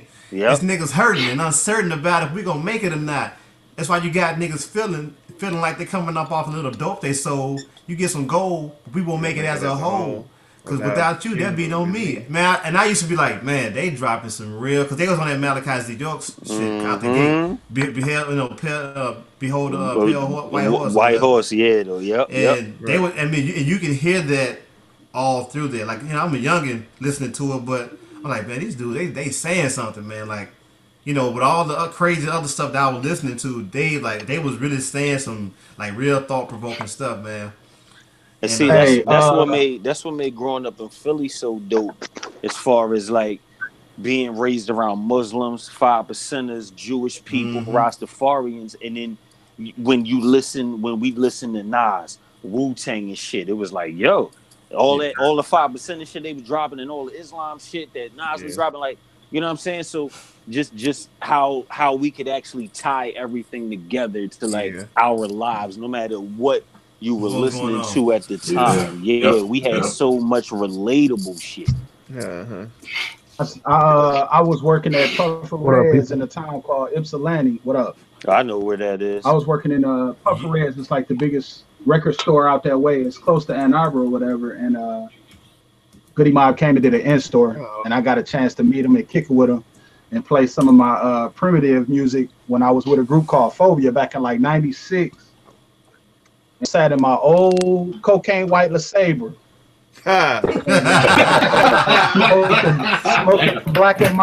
Smoked a black and mild and listened to my damn Phobia tape. He was like, yeah, that's dope. Yeah, man, just keep on going, man. Just keep doing it. I mean, they was mad cool. CeeLo is literally 5'2", literally. Mm-hmm. It was just always mad cool, man. So they always been one of my favorites. Oh yeah, no doubt. Talking about good Moby. Nobody gave him World Party no love. Hold on, Gadget. We just had this conversation. What, last week or week before last? It had a couple of joints. Get rich of this. Oh, I know what it was. I think we was talking Sunday about last Sunday about that. Dixie brought that shit up. Hey man, it had one joint on it. I'm Dungeon Family through and through. But Dixie, shit, I'm gone. Talk them up. Hey, Hurt. Yeah. Just make a left. When you go out, make a left. Well, let me go to this sock drawer and get this thing out. Then I'll go outside. Y'all like chain swing? Who? What? Huh? Chain swing. Goody Mob. Nah, I ain't. Man, see, Organized Noise. Let me tell you what happened. I'm gonna tell y'all what happened. So Organized Noise got their deal with Interscope, but LaFace wouldn't let them take Goody Mob and Outkast, of course, and I don't blame them. And there was a period where Interscope was like, "Well, we don't want y'all producing for them no more." Then. But I ain't screaming freedom, because sometimes niggas got it. Right on. No, we can hear that, Wallace. Right on. Go ahead. So Jimmy Iovine was like, "Well, we don't want y'all producing for them." Damn, that's crazy. Okay. So that album came out like right when that little riff happened between LaFace and Interscope. So they didn't really have a lot of Organized Noise production on there. And they didn't feel it is listening to it in comparison to Soul Food and Still Standing. Like you could tell the soul was gone. Yeah. See, we were just talking about getting albums based off them being on part of the other group, like with the Firm and whatnot. So that was me. That was me with Backbone. Woo! Let me ask you a question. I think Mitchell posed a question. That whole album slapped, and don't nobody fucking know about it. Man, that album slapped like fuck. Yes, it does, bro. The 5 Dudes 4 Trey song by itself. That shit. And that alone, that song by itself. Yeah. Man, don't nobody know about that fucking album. I'm still bucking like 5 Dudes 4 Trey. Mitchell asked about Get Up, Get Out. Yeah. So the reason why Goody Mob, now there is a full version with everybody rapping, and if you go to Outkast, we know. I mean in the video though, it's a video of the whole version too. Oh really? But I never seen that. The song, if you go to Outkast's YouTube channel, it's on there. But the reason why they cut it is because if you look, that song's like 6 minutes long. That's too long for radio or TV. Yeah, I was gonna say that. Yeah, radio and TV. That explains it. Man. Yeah, that Backbone joint, man. I don't even gamble. I don't even shoot dice, man. But shit, that shit made me want to go give me some of them Pee-wee dice, man, and see what they were hitting for. Still bucking like 5 Dudes 4 Trey. Tell me what I'm on. Yeah, that Soul Food, it came out in '95. I got that and the Dog Pounds Dog Food on the same day. So you were talking about soundtracks to life and shit. My sounds like going to school and going to selling incense and whatnot, and the oils and whatnot. Of course, fucking damn Goody Mob shit. It was written. I wasn't listening to Hyro at that time, unfortunately. Okay. I came late to Hyro. The INC album. INC? The Master Ace. So that shit got played like crazy. Muddy Waters, of course. Of course. And Scarface, Untouchable. The Diary. That was like that was all in my seat, in my pocket. All them CDs had them shits. Lords of the Underground was my shit. No, Yeah, no Lords of MC. Underground. Lords of the Underground was my What, shit. Lords playing Underground was MC8? super dope. Yeah, man. Deal Yeah. Abstract. Yeah. Hey, Compton's Most Wanted put out classic albums.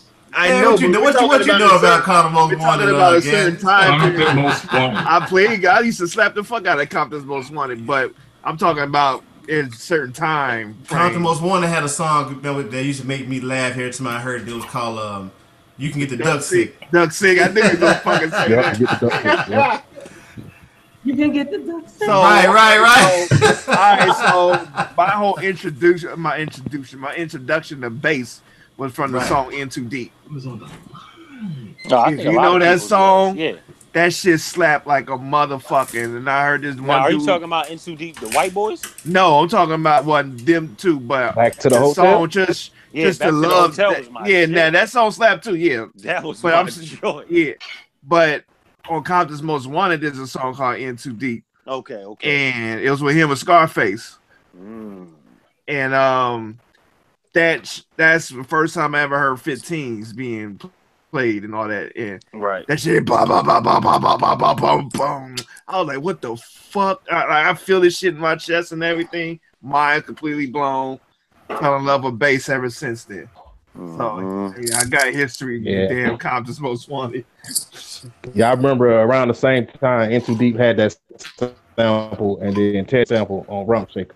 Well, Yeah. Pharrell used the same sample on Rump Shaker.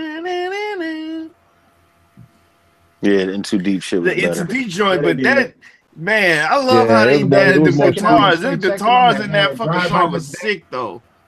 Yeah, But jazz look, was I ain't next going to front guitar, though. man. Rump Shaker was my shiznit.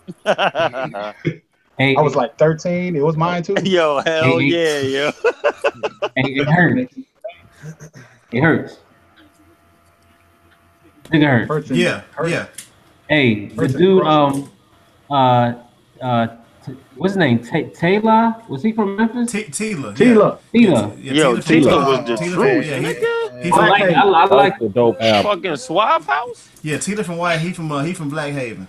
Oh my God, Tila was that dude. Elway. That first Suave album, he only did one album with Suave, but that album was so dope. I Yo, played the hell out of that album. y'all niggas know Gilly the Kid was signed to Piece Suave of House. mind. Yeah, I Sure remember was. I didn't know that. But Gilly Tila, was signed. I heard of that name before. Tila, man, Tila. When he came out with that song, I think I was in JUCO then, man, when that came out. But Yo, what was that? What was that Suave House compilation shit that had all of them on it? Tila, Gilly, they had some ill ass chick on there.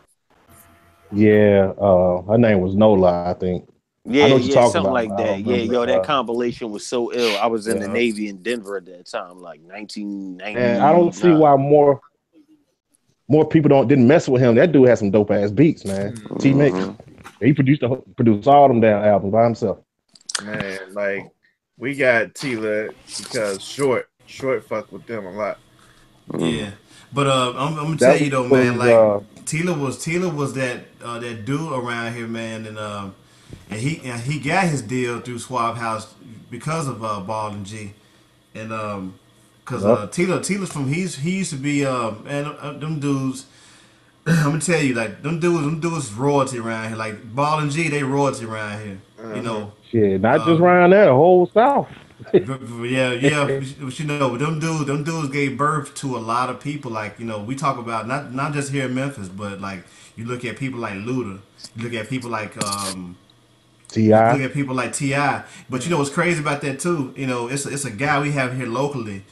He goes by the name of Player Fly. If you listen to Player Fly, you're listening to T.I. Yeah, I can see that. Oh man, although Eric Sermon gave Jazzy Faye his first shot, Eric Sermon and Eric Sermon's album. That's nails out in that I got the album. But yeah, but it was Tila's album that really put him out there. That Show Enough joint. Mm-hmm. Y'all remember that joint, right? Hoes in the Club, And my homegirl was the main video girl in that joint. Oh, but I remember you told me that. Keisha Fuller. Where are they now? I used to play a Gangsta Boo song in the club. I can't even remember the name of it now. Where them dollars at? What them dollars? Yes. What them dollars? And I probably said this before too. I went to school with her, and as a matter of fact, we from the same little area. Yeah. Lola. Man, I was listening to the show, man. It's like go ahead, Dixie. Go ahead. I was just gonna say, just to piggyback to answer that Cormega question. The reason he got yanked from the firm is because he got to deal with Trackmaster. Oh, during that time. I see. That's crazy. And although they was using Trackmasters as a well, that's funny because the firm album sounds like a Trackmasters album. That's what it is. It's a Dre and Trackmasters collaboration. Because around that time, man, Trackmasters. Well, what happened was Nas wanted to sign him himself, and Trackmasters was going behind Nas back doing deals, and you know what happens after that. But around that time, man, Trackmasters had the game on lock, man. They did everything from Nas to R. Kelly to 50 Cent, a young 50 Cent.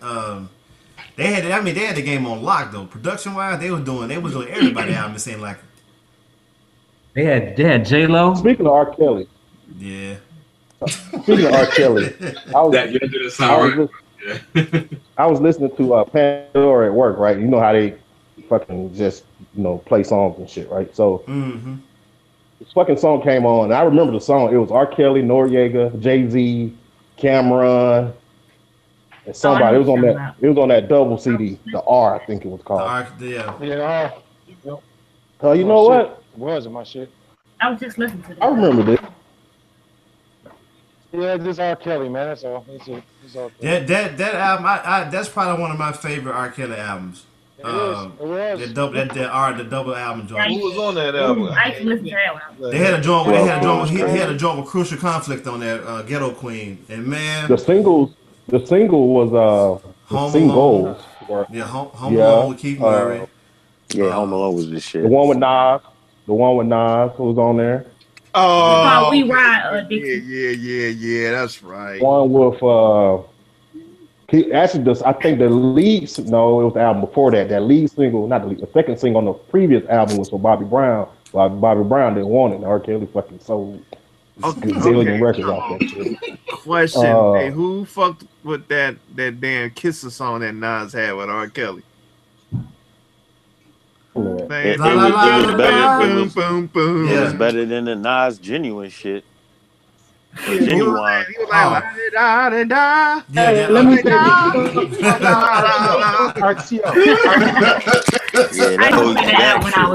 That shit was hard. That shit was hard. And I will fight anybody. I will fight anybody that will say "I Am" was not a hard ass album, dog. That album was hard as hell. If you would have said Nostradamus is hard, yeah, we had a fist fight. But I Am was thorough. Joints. Nostradamus. People trash Nostradamus, but I swear he got like 2 or maybe 3 joints on that I fuck with. Some of us have angels. Hey, don't say that. Cause why about fight? Cause why about said some of us have angels. Where he at? He left, didn't he? Yeah, he left. Oh, shoot him up. That joint was dope to me. And wasn't Project Windows on that album? Project Windows. Yes. Project Windows. They had The Life We Chose. It had that joint where he was talking about he was a prison cell. And Nostradamus had some joints. But you know what turned me off? Nostradamus had the "Hate Me Now" joint, right? No, that was I Am. No. Okay. That was I Am. You know what turned me off of that album, man? And as much as I love my R&B, I did not like You Owe Me, bro. You Owe Me was like, yeah, that's what I was talking about. But here's the thing: at that time, like a reach. At that time, You Owe Me was par for the course. It was whack, yeah, it was. But it was par for the course. Everybody was making records like that was trying to get that video, trying to get that radio play. I mean, he had to be obligated to put that shit out there because a lot of that shit that turned up on Lost Tapes was supposed to be on Nostradamus. And that shit was dope. Hey, I'm gonna tell you something. Explains it. That explains it. Come out right after the Hot Boy remix with Missy.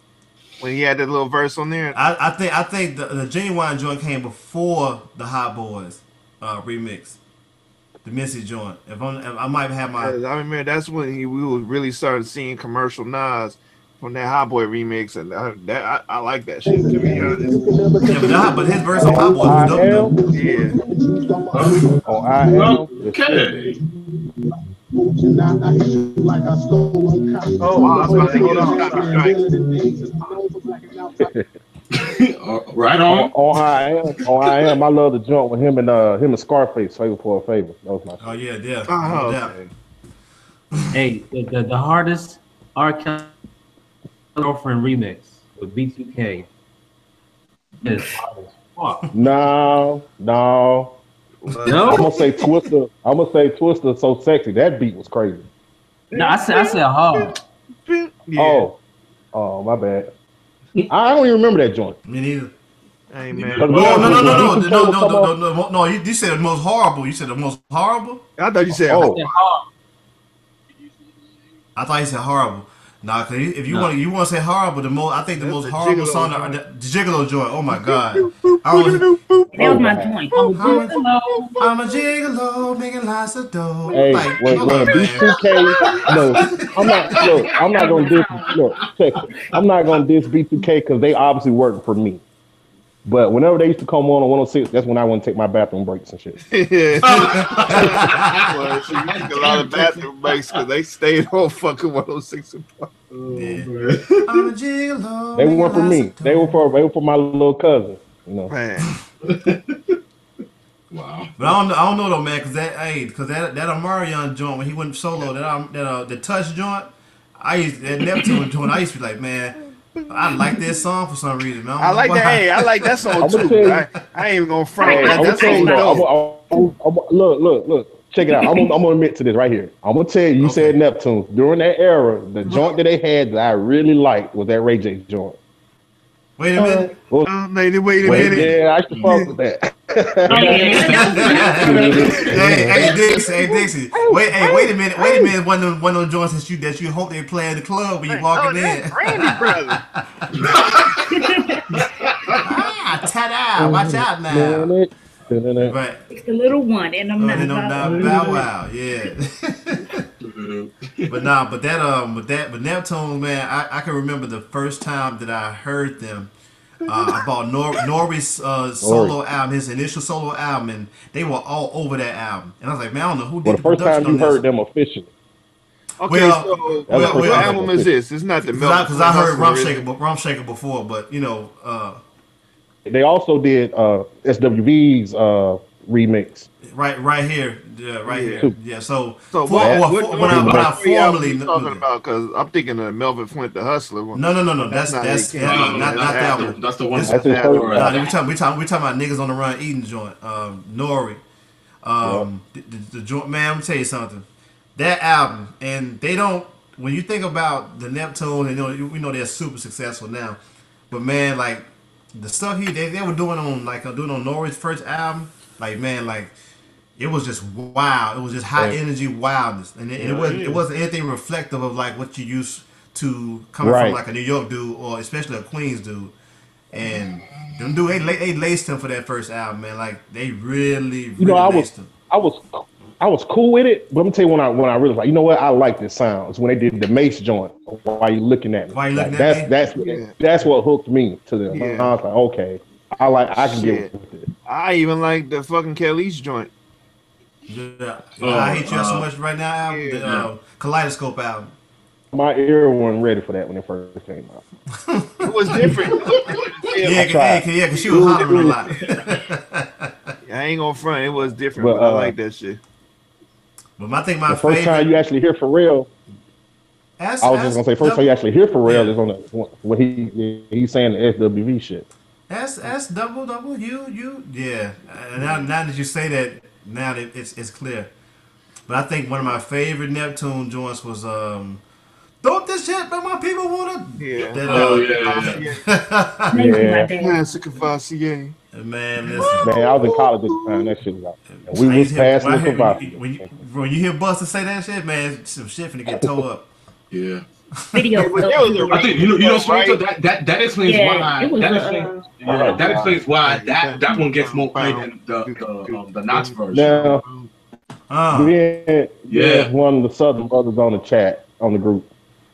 Not a fan. I ain't gonna say not. Well, no, I never bought a Yin Yang Twins album, but at a HBCU, the Whisper song, they are so par for the course at any frat party. Or all campus, it didn't matter. You put on Yin Yang Twin, them chicks went wow. You put on anything from the South. Yeah, you put on anything from the South at a HBCU, it's gonna be on and popping, brother. I don't care if it's Yin Yang. I don't care if it was Drama. I don't care if it was Lil Jon. I don't care if it was Pastor Troy. You play them shits at a party, at a function, it's a wrap. Yeah. Yep. Yeah. It's a wrap. Oh, speaking of HBCU, that's why, like, I was telling you about my homeboy who was up for that coaching position at Pine Bluff. Yeah. He got that joint, man. That's what's up. Congrats. Good. Congrats. Yeah. That's what's up. Pine Bluff. Yeah.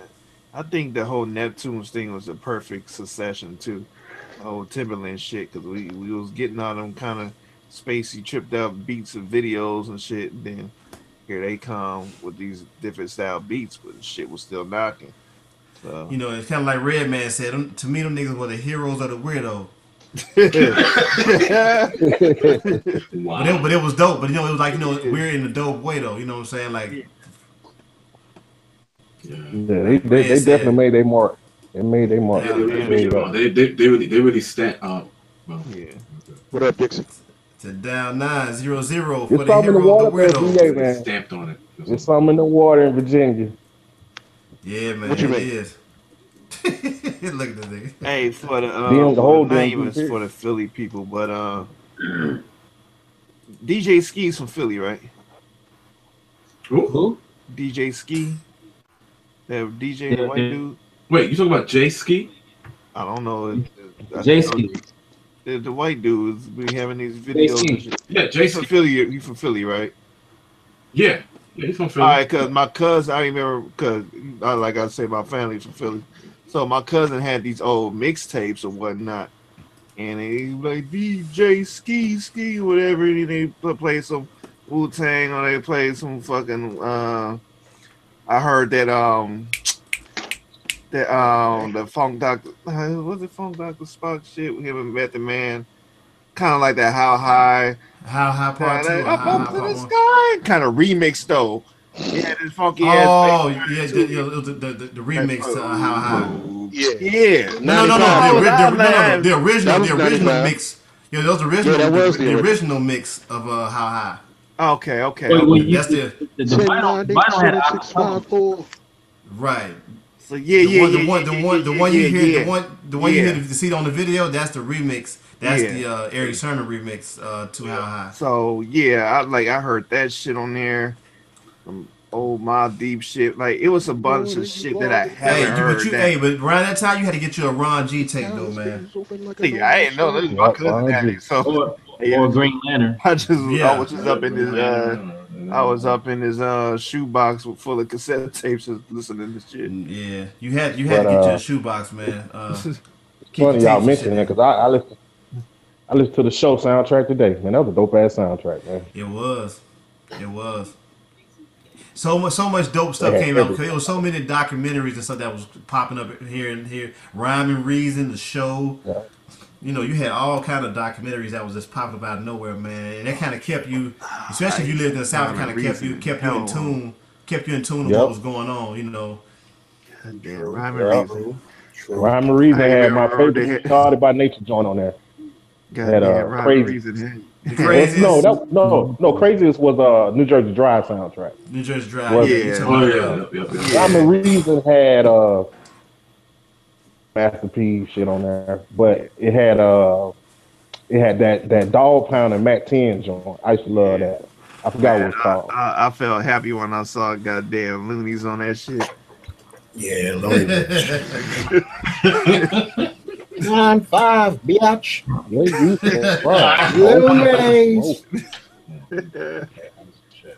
Hold on, wait a minute. Hold on. What you know about Operation Stackola? That was the first Looney's joint I got. That was the shit they came out with in '95. So you listened to that whole album? You fucking I brought that album back then. That was my 11th grade year. My nigga. Nigga, you know what shit was on there? Let's go. Pimps, players, hustlers, ballers, ballers.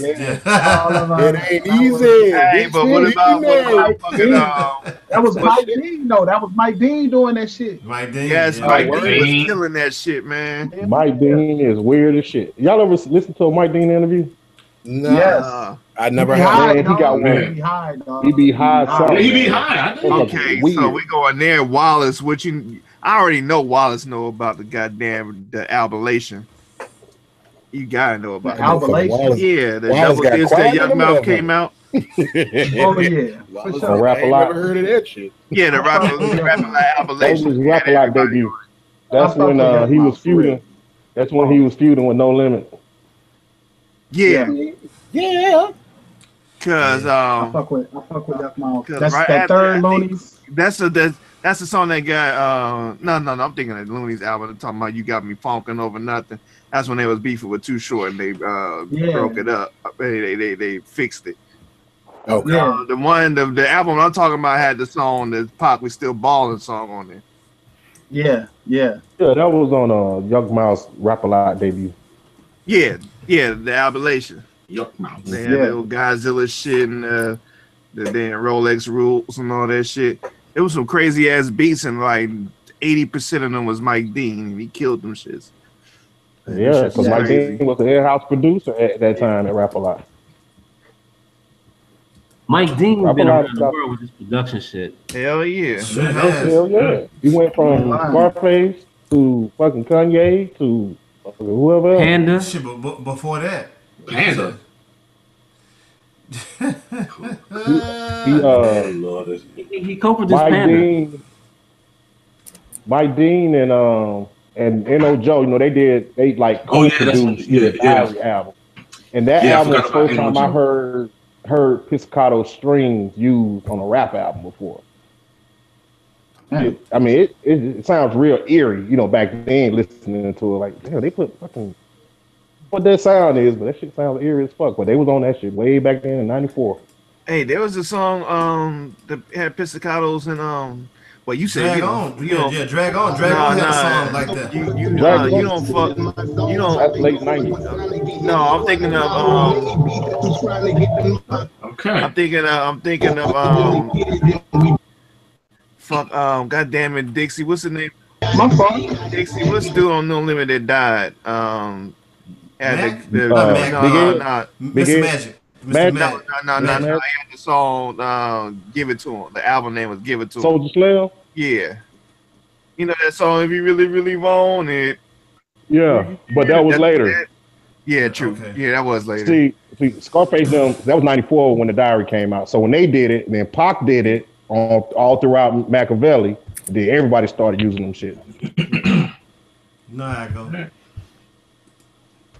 But you know, Seven Aurelius came from Rap-A-Lot too. He just didn't get no credit. Ooh. That's how Ashanti ended up getting the Mary Jane. Seven Aurelius, and that's how Ashanti ended up getting the Mary Jane beat, because he really produced that. He just didn't get no credit for it. Yeah. I used to think that Scarface had made that beat. So much. He got the credit. Scarface used to sign them young producers, and you know they be ghost producing. Okay, because I thought he did the joint that you had posted in the classic status, same as plug, the one with him and Ice Cube with the. Nah, that was Mike Dean and N.O. Joe. Okay, because I thought he produced that shit. Nah, he wasn't there yet. He wasn't there yet. He came around the Untouchable album. No, I mean I thought Scarface produced that. Oh no. That was N.O. Joe and Mike Dean. N.O. Joe started out. Does Jazzy Faye still produce? He's still you know around? What? I haven't heard anything from him in a while. Yo, Dixie. I haven't seen anything from him in a long minute, but there was something I was about to say. I got to say that. You know, Joe started out with Jodeci. Actually, he did some behind the scenes work with Devontae on their first album. That's how he got his start. Man. He was living in New York and everything. But that's they was living in Rochester, because that's how that's how that whole that's how the basement That whole came unit. about. Yeah, that whole unit. That was it was genuine player Missy Timberland. Yeah. And then Stevie J. It's Stevie J, because Stevie J's from Rochester. So yeah, he's from Rochester, New York. So matter of fact, my cousin used to go. I had a couple of cousins who went to school with Stevie J. Up in Rochester. But Joe, he did like, a lot of work on the Scarface mid-90s stuff, but he really broke out there when Ice Cube pushing rhymes like, wait, he produced that joint. Yay! That's when people started. Because that beat, but listen, but for real though, when that joint came out, nothing sounded like it on the radio at all. Who was on that joint with him? That was John Chop. Yeah, Short Short Chop. Chop. Yeah, that was Short my Chop. joint. That's one of Cube's artists. Who was dope. I don't know what happened to him. Man, So when they were Cube, they don't last long. So You're right. remember the Let Me Roll joint from Scarface. For sure. The who? Let Me Roll. Yeah. Hey, speaking of Cube, man, did y'all hear? That was on the on top of the world album. Yeah, on top of the world. The world is yours. Hey, there you go. The world is yours. There you go.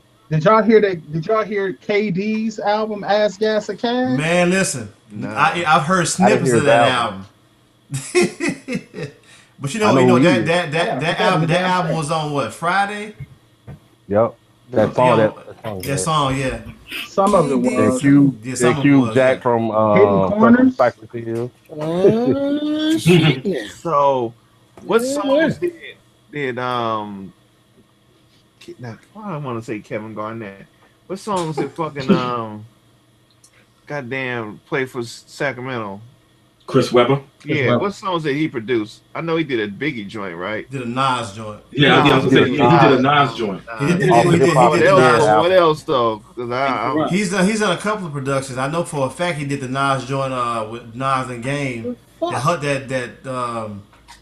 what's the name of that joint? He's a Compton OG. Make the world go round. Is that it? Yo, I know he's that maker. What the heck? What you say, man? Darling Judy, like Net Maker. Y'all don't remember that Cedric Sabalas album though. Shit, you don't lie. I don't. B-Baller said Sabalas. Yeah, B-Baller said Sabalas. Oh shit. Chris Webber produced "Surviving the Times" by Nas. Okay. For real? Yeah. Hip Hop Is Dead album. I remember that one. Yeah. Which one you said? Remember the time? Surviving the Times. Surviving the time. But he did the joint. He did the joint on the Hip Hop Is Dead album. The joint with him and Game. Yeah. He did a Corrupt song too. He did Blunt Ashes. Blunt Ashes on Hip Hop Is Dead. Oh yeah.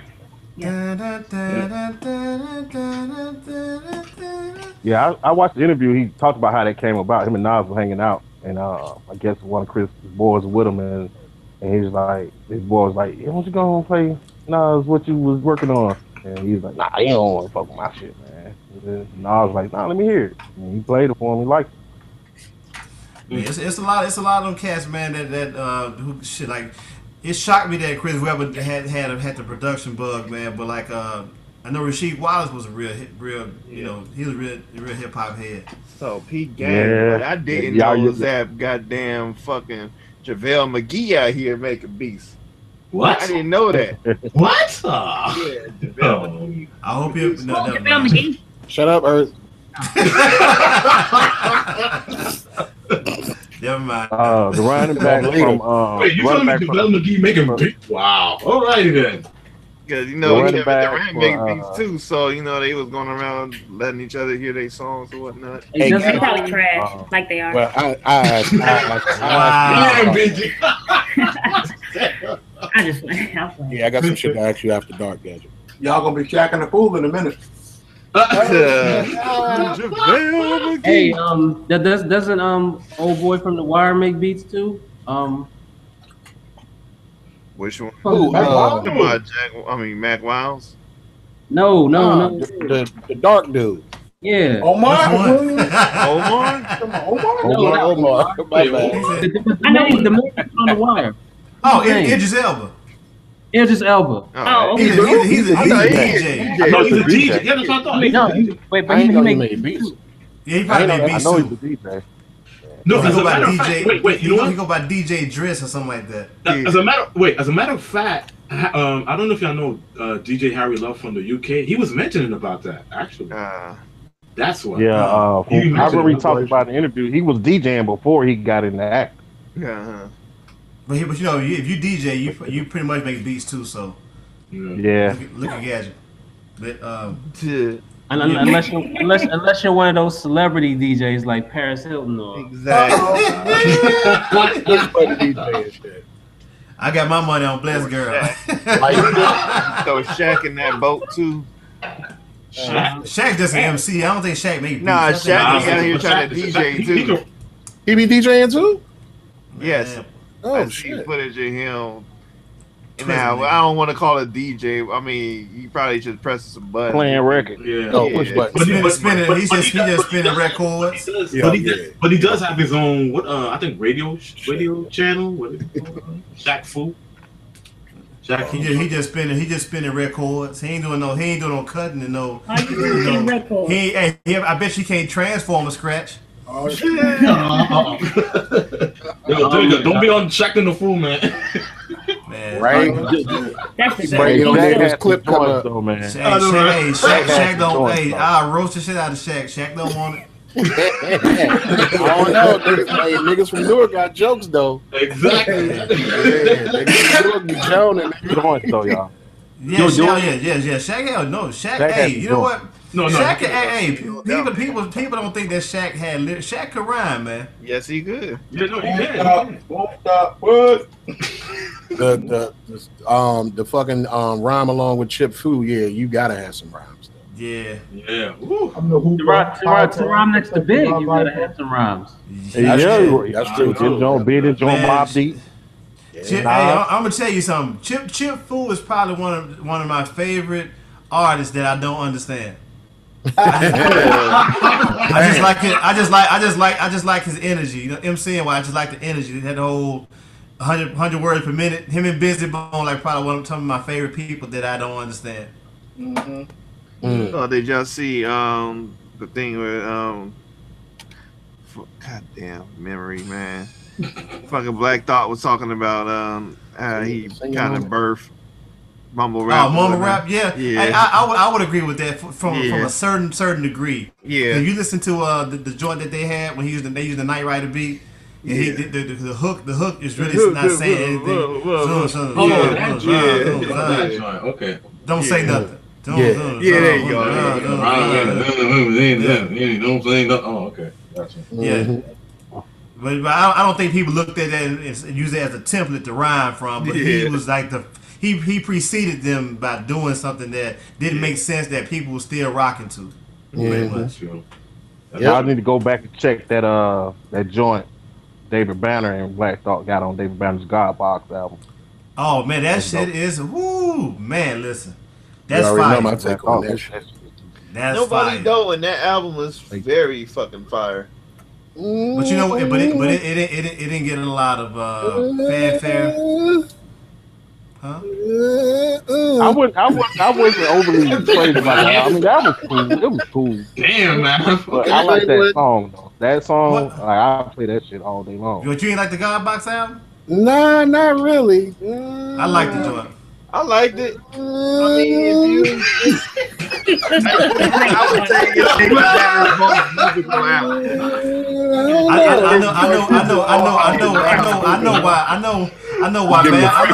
I know why Mav didn't like it. I know why Mav didn't like it. Giving the French a Mav sound like he about to tell on somebody. Right. Man, it was cool, but the dude who was playing the bass line, they ain't have him mic'd up right, man. I know, right? Shit was out of phase, man. Hey, Mav, go ahead and say, ooh, well, I'm gonna tell mom. Right? But Black Thought, Hey, man.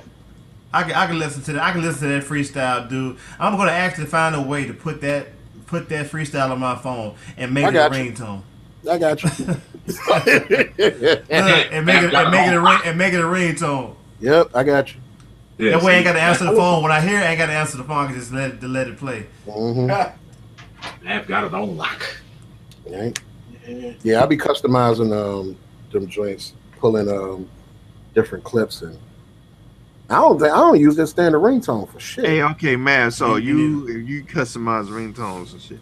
So if I had a sound that was about 2 seconds long or whatever, when I do you can do that shit yourself. Yeah, just no. I'm talking about what I'm asking is when I put it on the, because you got a Galaxy too. When I put it on the phone, will it loop this ring or will it just play that one sound? No, it'll loop it. It'll keep doing it. I got the Della Reese joint, "Kiss My Entire Ass." That's what I get voice messages. That joint. That doesn't surprise me at all. Yes, my no rhythm, no rap. And then it'll just repeat. This week, at least, because last week was trash. Yeah, speaking of that, I peeped it, man. I was like, I didn't even watch it. RTL told me it was trash. So. What? I think what's going on with Rhythm Roulette is the fact that they're reaching out to a lot of people who don't primarily sample. And what you're doing is and we said this earlier in some other conversations, that what it's doing, it's actually exposing these people, like exposing people to the point where, like, if you're not a person that samples, just like what's the young girl who produced on Jay's album, Wonder Girl. Wonder Girl. That's not her lane. But you trying to y'all reaching out to these people who don't sample to get them light, but you're actually exposing them, production wise. You're exposing them. Fuck around. I was saying, they're exposing them to cats like us. The motherfuckers who's watching. But we already knew. I'm not talking about exposure in terms of giving them a platform. I'm talking about exposing them in terms of. Last time, I know what you mean. Expose, not exposure like light, but exposing them like, nigga, you suck. Like, all right. They exposing them to us, but to the cats on Rhythm Roulette, it's a gang of young cats who don't really give a fuck. But you have a lot of young cats who are looking at this, being like, man, she can't. I'm telling you, it's a lot of young people who look at the process and be like, man, like, oh man, she or let's say Drama Boy, for example. He's seasoned. He's a seasoned producer. You know what I'm saying? Got hits and all that good stuff. But when you're a producer, you should be able to attack it from both sides of the spectrum. Yeah, you might be primarily organic. Unless Blue pick a sample for you, shit. As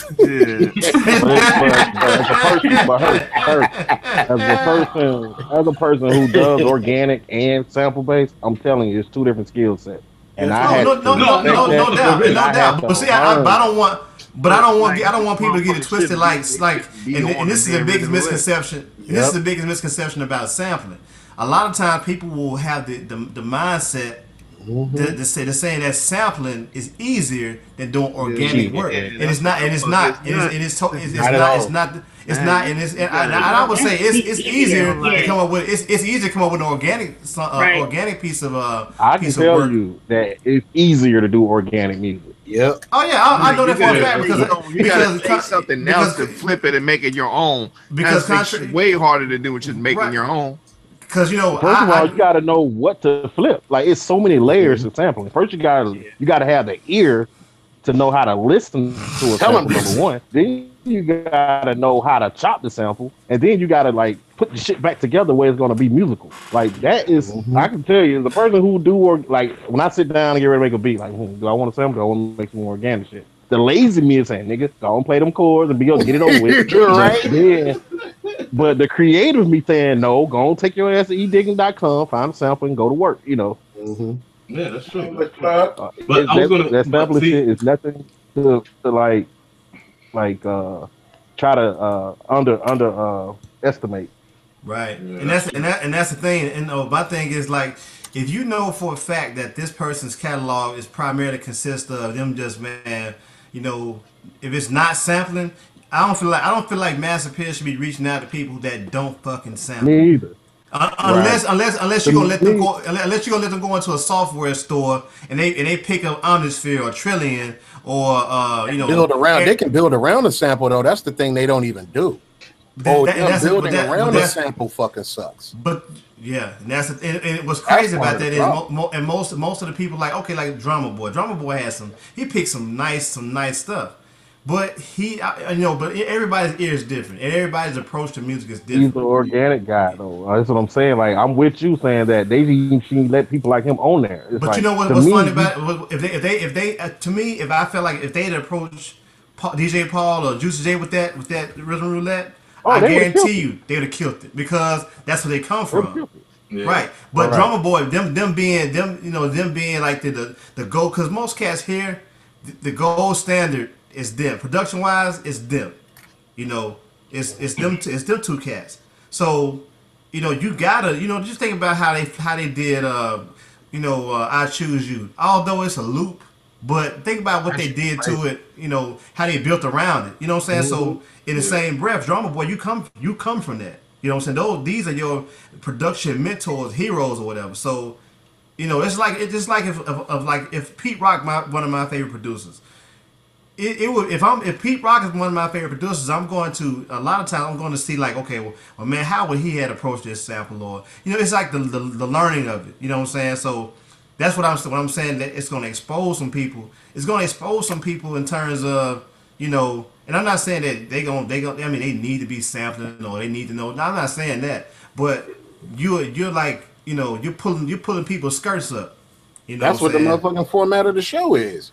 Exactly. Pick 3 records and sample. So even if you're not taking the sample and you just take a fucking horn stab, if you know your strength ain't sampling, build around that. Like they don't even do that shit. But on the flip side, hey man, I'm gonna tell you one of the most disappointing Rhythm Roulettes I've seen, bro, was the Psycho Les shit. Like I was, you said that. I was dejected, man. I was so dejected. Like, man, come on, bro. Y'all made off the books, man. Like, what? Come on, bro. My whole thing is the other one was Ayatollah. Yeah, that was disappointing too. See, now a lot of people go to the Sprite, like the Just Blaze and Manny Fresh. I don't even count them because those were she killed it.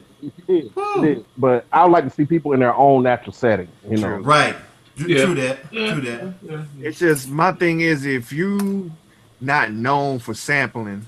Or if you do sample, you should take a loop here and but that should be. I mean, whatever. Then your ass, you're not known for it. You don't need to fucking be on Rhythm Roulette, a show that's for sampling. If you, but the thing is, like, imagine if you're not known for that, but you go in there and you kill shit. I mean, if you don't know how to sample, then your ass don't need to be on fucking Rhythm Roulette. Then you know what? I think somebody like knowledge or something. Because the Wonder Girl, she looked so awkward doing that. It's like, man, it's like she committed to it, so she had to see it through, man. But that was a very awkward moment for her, and not only her, it's a couple more people that has I can't think of the young cat who was at his uncle's house. Not Mr. DJ. It was another cat who didn't even know how to fucking turn the volume down on the turntable. Mother. Nah, come on. That nigga he was searching for the volume. He was first searching for volume and almost turned the turntable off and shit. Stop it. But the thing is that it seems to me that it looked like either Massacre or the people that's behind Rhythm Roulette is reaching out to the people or the producers that are hot, and then they just bring them out. And that's what it is. And I'm like, catering to the hot motherfucker out. What about knowledge and all them type knowledge? But knowledge ain't hot like that. Like they to us. To the youth, to the mumble shit. No. Right. But you know what I think this is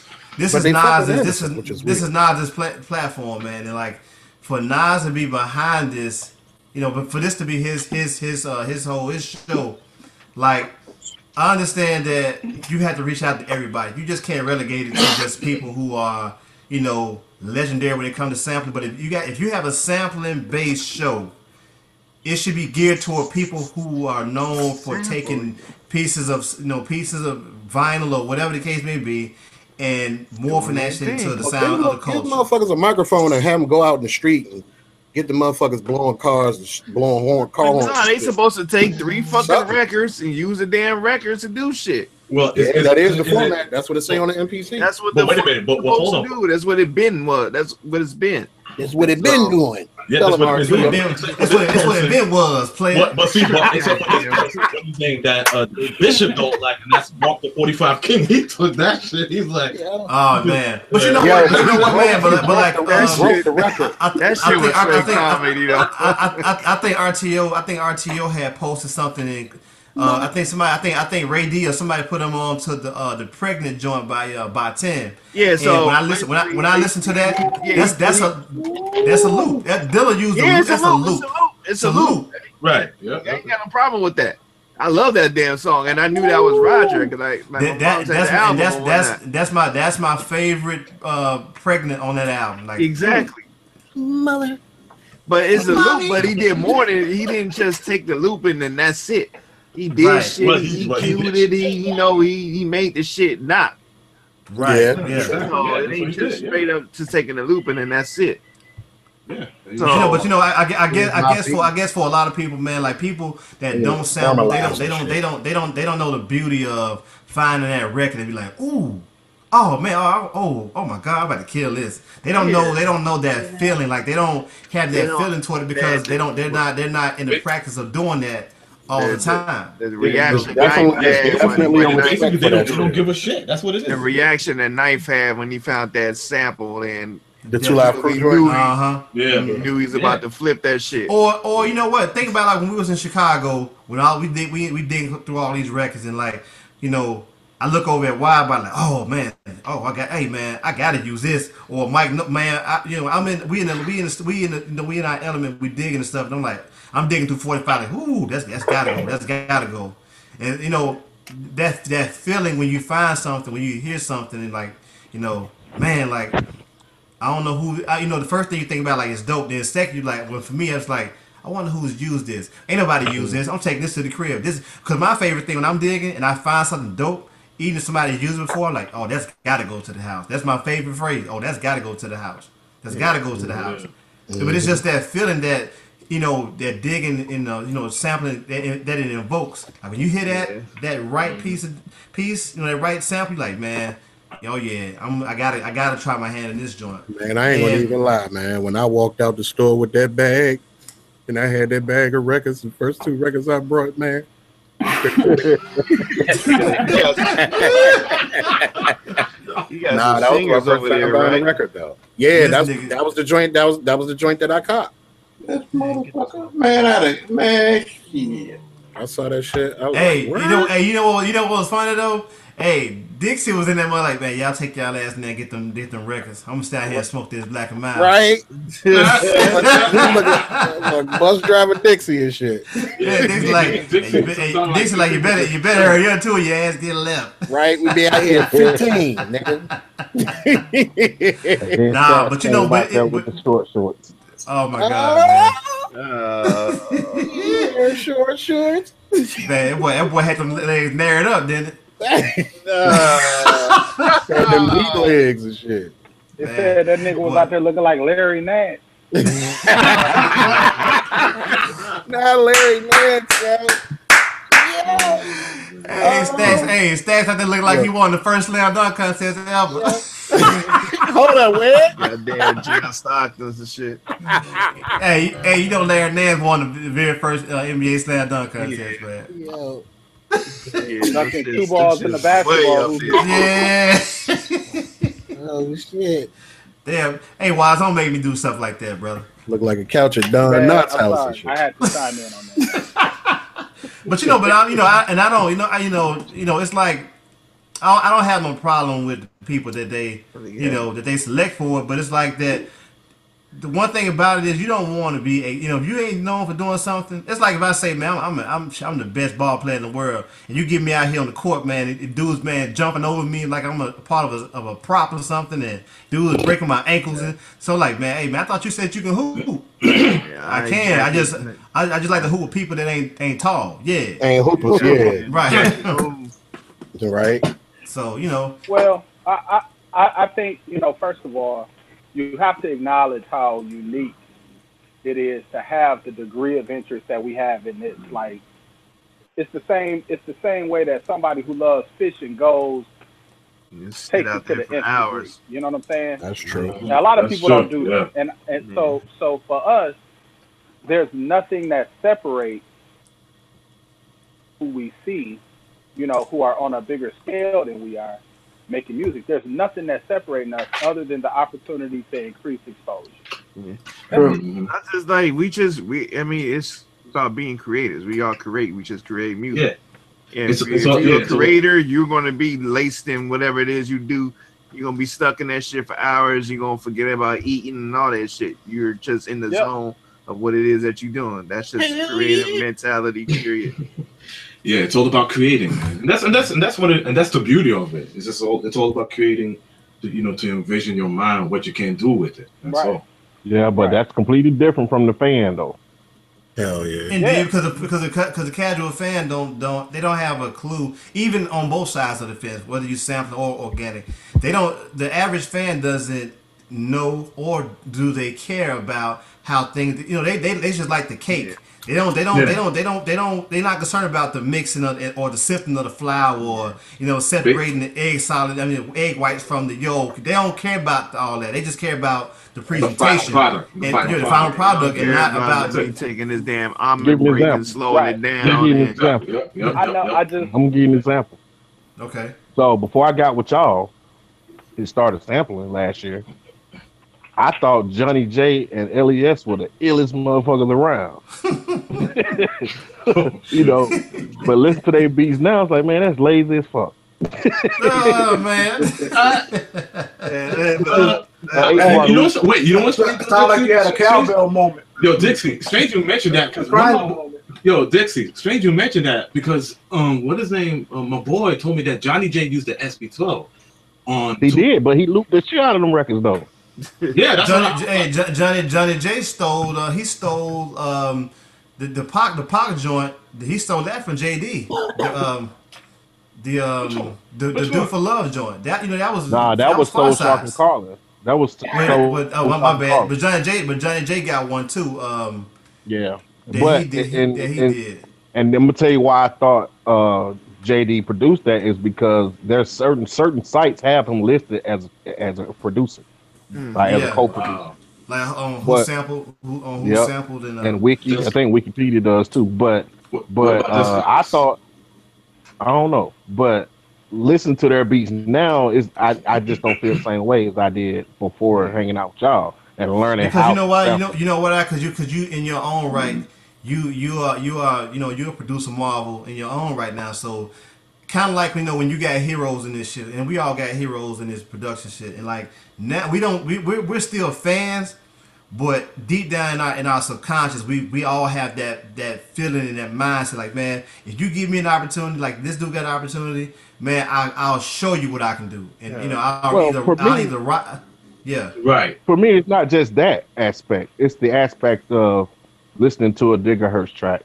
And knowing how you slice that shit up and the work you put into it, versus listen to a Johnny J track where he just looped 8-bar loop, put some drums on it, and had Jewel sing some jingle sounding hook, and Tupac rapping on it, and the shit sell 5 million records. You see what I'm saying? So it's different now. But it just might be a testament to who he learned from, who he learned under. Because if you think about most of the production that was in the late '80s and the early '90s, it was all about a certain way. It's all about the loop and building around the loop. Whereas the more time progressed, it came more about chopping and making stuff obscure, so people because when it came time for when they started imposing the whole sample laws and stuff, that's when chopping became more of a came into play because cats were trying to disguise what they were using so that they wouldn't have to break bread. Yeah, you know what I'm saying. But RZA or Primo taking two parts of a sample and making those work as counter melodies is a big difference from just taking a long ass loop. No question. And if you want to get really funky with it, check out some of the shit that Diamond D was doing. Like Diamond D was using and a lot of cats back then were using 4 or 5 records to make one song. Exactly. Yeah, see, that's what I was about. That's what I was about to interject. Same thing with this dude, K Def, when he did Lords of the Underground. Everybody thought that Chief Rocker, who else? TikTok. TikTok. No, the other one. Here Come the Lord. Yeah, Here Come the Lord. They thought it was Marley Marl, but no, it was K Def. He did them joints. And what is his name? K Def. K Def. Instagram, do it all, saying it. Like just to be told that y'all thought that Here Come the Lord, Chief Rocker, I believe TikTok. They thought it was Marley Marl, but no, it was actually K Def. He's the one who produced it, and I was like, that's kind of true because I remember seeing like K Def Instagramming the beats of the what do you call it, the floppy disk of those songs, and I was like, oh shoot, that's right, because when I read the credits on the album, it did say like Marley Marl, but I was like, but that joint sound like K Def would do. That's that Ghost producer thing again. The Ghost production thing, and that's probably one of the biggest scams in like music because it's to me it's always been a big scam, the Ghost producer thing, because exactly. You might have a name, but you're keeping somebody else from building a name themselves. Exactly. They call it paying your dues. To me, paying your dues is carrying in your records for you. Exactly. right. Not giving you my beat.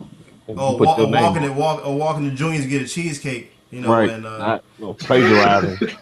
Right. Don't steal my music. Lord Jamal produced "Slow Down," and he used 3 records for that. Yeah, see what I'm saying?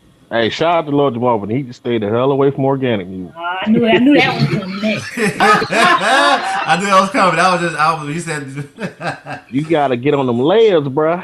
If you gonna do organic, you better layer. That's not gonna sound. That's that sound pack shit though, Dixie. Like when you get those sound packs, you get lazy. You don't. Hey, no, fuck no, fuck no. No, I got them same. I got them same sound packs. Hey, some people when they get sound packs, they get lazy. Now, whatever side you on that debate. Now, if you're a person who for yourself, you might not be lazy, but you give somebody who's used to going out and looking for all their work to make a beat, you give them something right there that's in front of them. Yeah, you are gonna be lazy. Let's call it. I agree with that. The thing is, you're supposed to fucking use these sound packs with the shit that you're already doing. You use that shit to accompany you add spices to the shit. If you I'm cool. Whether you're using a sound pack or you playing it, if you don't layer it, it's just not gonna sound good. Yeah, it's gonna sound like it's flimsy. You know what? Because I don't layer all the time. Like I don't layer all the time. I know that might seem like a shock, but I don't. But in certain instances, certain sounds need to be layered because they can't stand on their own merit. But you layer your drums though. Not all the time though. I might EQ them a certain way. Nigga, that snare, you doing something with that snare though, man. Jesus Christ. I gotta go back and listen to it, man. You're not gonna tell me you ain't laying up damn snares, man. Oregano, paprika snares, and shit. I had to go back and listen to it because I don't know what you're talking about. Whatever, nigga. I don't know what you're talking about. Yeah, right. So I guess I'll kick it off with this shit then. Oh, like playing beats. Doing taxes. These niggas need chunky bases. All right. You sound like Eddie Murphy and Golden Child. I want a knife. I need BG not to say shit else the rest of the night. Oh, this the flute shit. Yeah, this nigga's on my list too.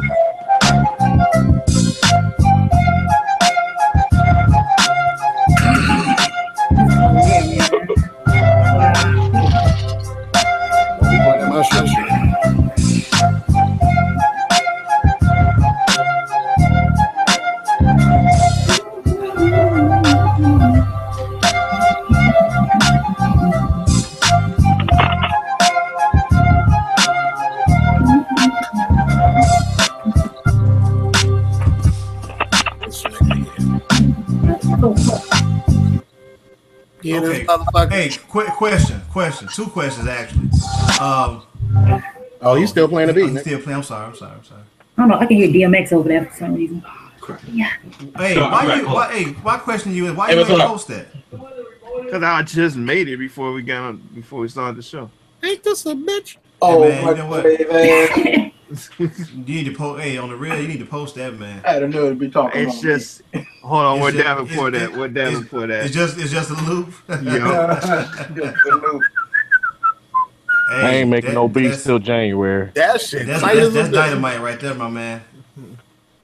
See, that's what I'm saying. Like everybody who within the collective, man, who I've seen post theirs, like when Clark the Spark posted his, I didn't want to do it, and I was like, man, maybe I should try. He like the only person that did it so far. I said I tried my hand in it. Then, man, when Widebody did it, man, I promise I did not sleep well that night. I was like, man, Widebody shit fucked me up too. Y'all shut up, nigga. You did two of them. Yeah, I had to do two. So you ain't have to do two. No, is it me? But does it sound like Mav drums is hitting harder when he make beats on the MP? On the MP, yeah, they do. Okay, I'm not. Okay. They do. Yeah. Nigga, That's hey, yeah. nigga, you might need to stick to the MP. I'm just saying, no. I get two different sounds. I think. Okay, I feel you. I do that. That's what I was doing with the 4000. If I wanted that super punchy shit, I'll go with the 4. And if I'm doing whatever else, I do it on machine. But on some realness though, man, I appreciate you guys for what y'all do, man. Like, it's pretty much in this collective, it's pretty much a iron sharpening iron type of situation, man. It's like it's refreshing to look out and see that you guys when y'all see somebody do. When we witness someone doing something dope, we like, you know what, man? Hey, I'm gonna try that too. And it's progressively is making everybody, better. So I want to thank y'all guys and girls. Well, I ain't never one girl on here. Although that avatar is messing me up right now. Man, I'm saying. But I truly do think I am truly thankful that you guys, that y'all do what y'all do, and it actually inspires me a lot of times to get up off my ass when I just want to be lazy and make some beats. So thank y'all. Yeah, man, that avatar look like the Black Bill Gillespie. I can't help it. Somehow or another, I think I can blame Matt for that. Hey, Dixie, hold up, Dixie. Hey, stop, Dixie, because man, you usually don't get on here and join nobody, man. So, hey, man, it's gonna be a new me in 2018. Oh shit! Let's go. More stories, Dixie. That person on that avatar that look like he grow mushrooms and shit. Dixie, more stories. That motherfucker over there been handling bass lines and shit recently. BG? Bless Gear. BG out here getting down with the bass lines and shit. Hey, BG, man, I'm calling him down. BG waking up at 3 o'clock in the morning. BG be waking up at 3 o'clock in the morning, man, meditating, man, reading what's the old girl from In Vogue book? Not Dawn, but the new chick. What's her name? BG, help me out. You know what I'm talking about. I don't know. The chick from Jamie Foxx show. What's her name? Don't make me figure out her name real quick. I'm gonna keep going. You better help me out. I swear that Avatar look like she grow fucking goddamn. Rona Bennett. The Avatar look like she grow fucking habanero peppers. Right, Carolina Reapers. y'all ain't right, man. Hey, y'all ain't right, man. All right. Leslie Jones look like her Y'all dad. need to stop Man. talking about Leslie Jones. Hey. Hey, man. All right. Y'all know something. You got something. I was gonna play. Which flute joint should I play? Pause. Hold up, don't play nothing. I think Ruggles gonna play something before you said that. Yeah. I mean after Rugged. Okay, all right. Motherfucking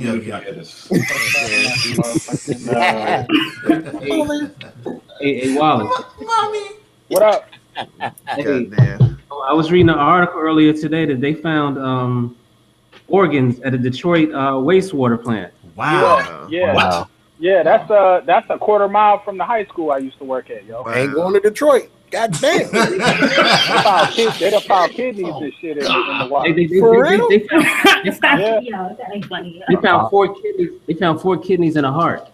Wow, they harvesting organs out here, man. Okay, I have no further comment. Hey, I also heard that they found the person who was like protesting, the strongest protester of the Flint water crisis. They found that person dead. Oh yeah, that's been months ago. That was months ago, I think. Oh, that was months ago. Oh, okay. Yeah. It's news to me. Hey, that's why when y'all out here by yourself on the dolo. Man, look, you see an old lady coming up to your car asking for help, man, you better pack that pill because she might be trying to get your organs. All day. That's it. We need to get a gun. Like my wife, she stay with a knife. Hey, I don't trust no. Hey, you walk with me when I'm getting in my vehicle, man. You might get unfriendly fire because I'm telling you, I ain't trusting the soul today. Hey, your shit in the Coleman cooler, fucking around. Hey, next to a 12 pack of old dudes, 12 pack of Bush. It's a beef jerky. Yeah, 12 pack of Bush and shit. Goddamn Alberta. Yeah, put in what you put out. Michigan already got water problems. Y'all got organs in the. Man, they harvest the organs and this more shit. The hustle is real out there in Detroit. I think that explains why Gil Scott-Heron made that song "We Almost Lost Detroit," right? Hey, shit. I hope that ain't it. Right. Oh, Jesus. Nah, all right, man. here it is. Got nothing to live for you, baby.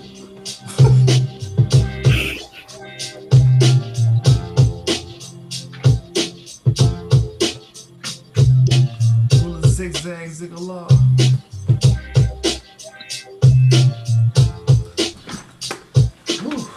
Yo. Well, you about to run. I know, right?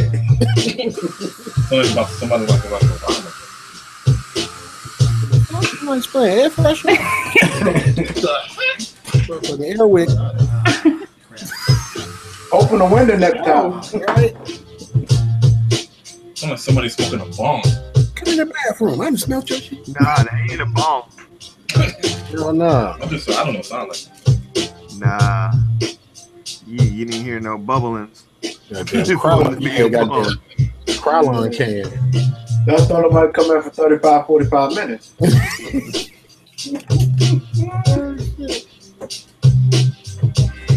That's crazy. Hell yeah. It's dope, bro. So you go ahead and send that to RZA. I can hand him over that one. Yeah, thank you. Yeah, I did that beat before I left for New York. Everybody doing beats before shit. Yeah. Nah, I'm well, fucking. That's the thing, because Digger, like, I mean, I know he does beats before he goes to work, and then when he comes back home, he does a little something, pause, and then. Yeah. Whoa. See, I said pause. I said fucking pause. Come on. No, I'm kidding. Oh shit. He said he goes home, he comes back and then something else. And then... Sorry, man. All right. Hold on. Sorry. Yo, Rugged one. Was that you, RTO, or was that you, man? What? That was RTO. What? Rugged one.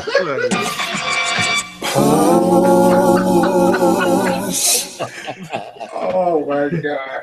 Yo, Rugged one. That was dope, man. I Be like like Jay Bishop. Fuck y'all. Right? Yeah, that was dope. What up? Sorry. That was dope, though. What's up? That was dope. Yeah, where Gilbert at anyway, man? He called the nigga Gilbert. You were great. Black Gilbert Godfrey, yo. Fuck y'all niggas doing? That's how that motherfucker pop on the motherfucker hand. Fuck y'all niggas doing? Y'all niggas still up? You be like, God damn, I'm all night.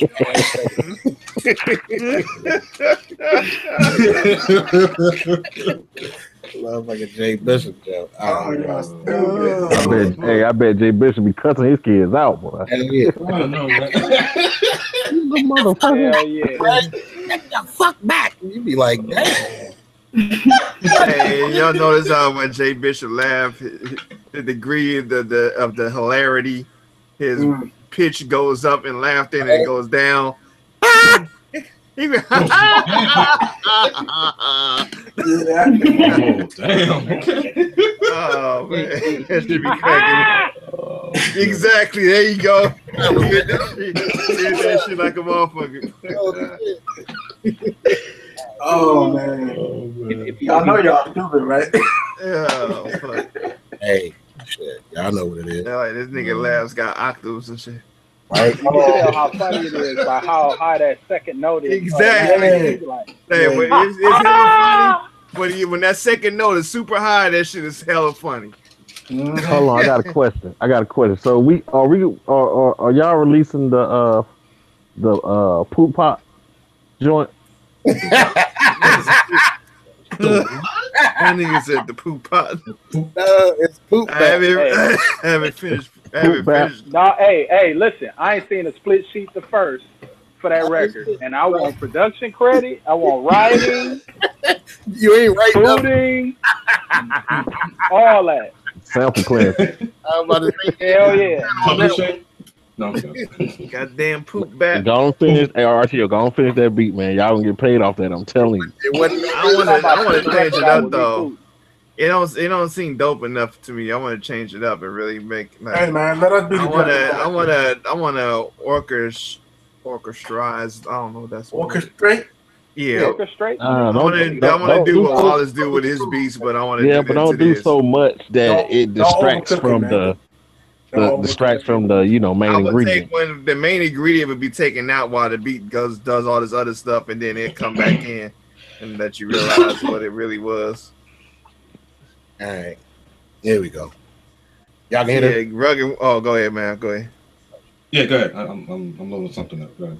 You hear that? Well, pass it around. You roll it up. Yeah.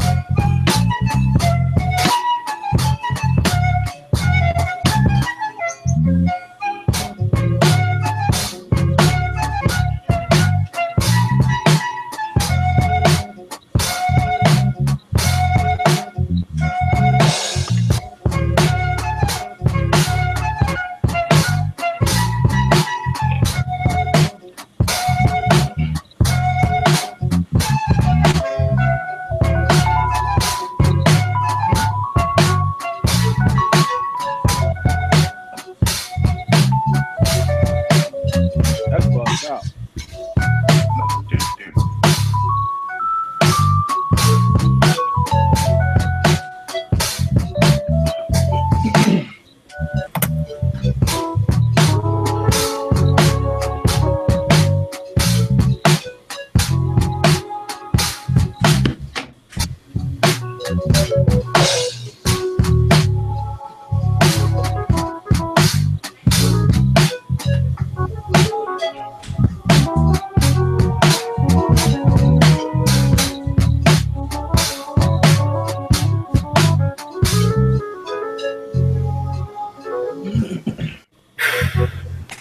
boy good.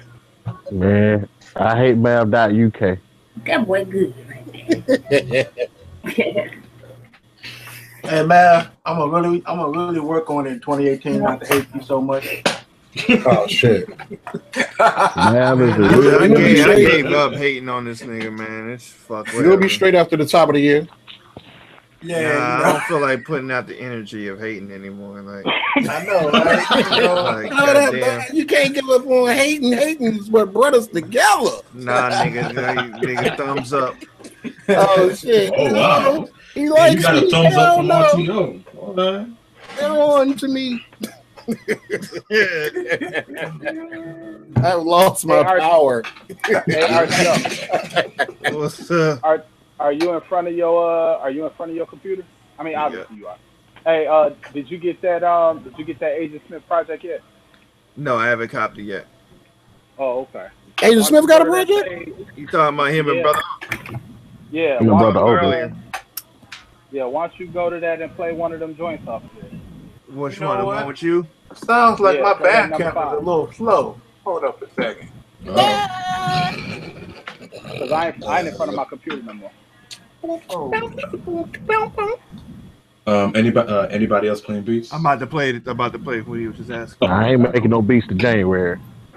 I had another joint I did last night. Oh yeah? What was her name? Oh shit! This live, baby. Goddamn, but I don't He jammed up and shit. No sir. Hold on. You want to see a motherfucker go down the slide? Shit, Adrian Smith, 78.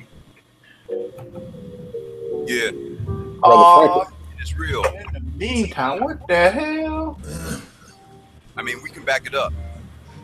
That mean my Bandcamp is slipping. Fake ass trapping ass. You won't fool me with your banana and a tailpipe having ass. Probably get knocked out from a jab. Hoping to wake up and hear stories about you got teabagged. Crying for help, waiting for the lifeboat. You ain't swim with sharks. You was on your cycle. I guess that's how it goes. Niggas tucking their manhood. They feel more comfortable as hoes. I'm from a different era. Wow. Slash Paul Bearer. Still watching animated cats. Hanna-Barberas. You a clown in mascara. A mime acting terror. Jump out that invisible box, bozo, I dare you. Yeah, I'm getting money. Yeah, I'm getting checks. But it don't mean nothing without mutual respect. Run across me, I swear it ain't a threat. Keep a smile on your face. Dying from the one under your neck. Joker. Damn, who is that? Damn. Who is that? Hey, that's Brother O. That's AS's homie, Brother O. He got that DJ Quick Flow down. You said Brother O? Yeah, he's AS's partner. Damn. Wow. Competition stiffens when I'm around. Yet I sense position from vibrations in the ground. They say the game is different. I say the players are. You would get your ass beat where I'm from wearing leotards. Still not far removed from the street grind. Even with the temptation of waiting, I just decline. Hey, I better not get no copyright shit on this video.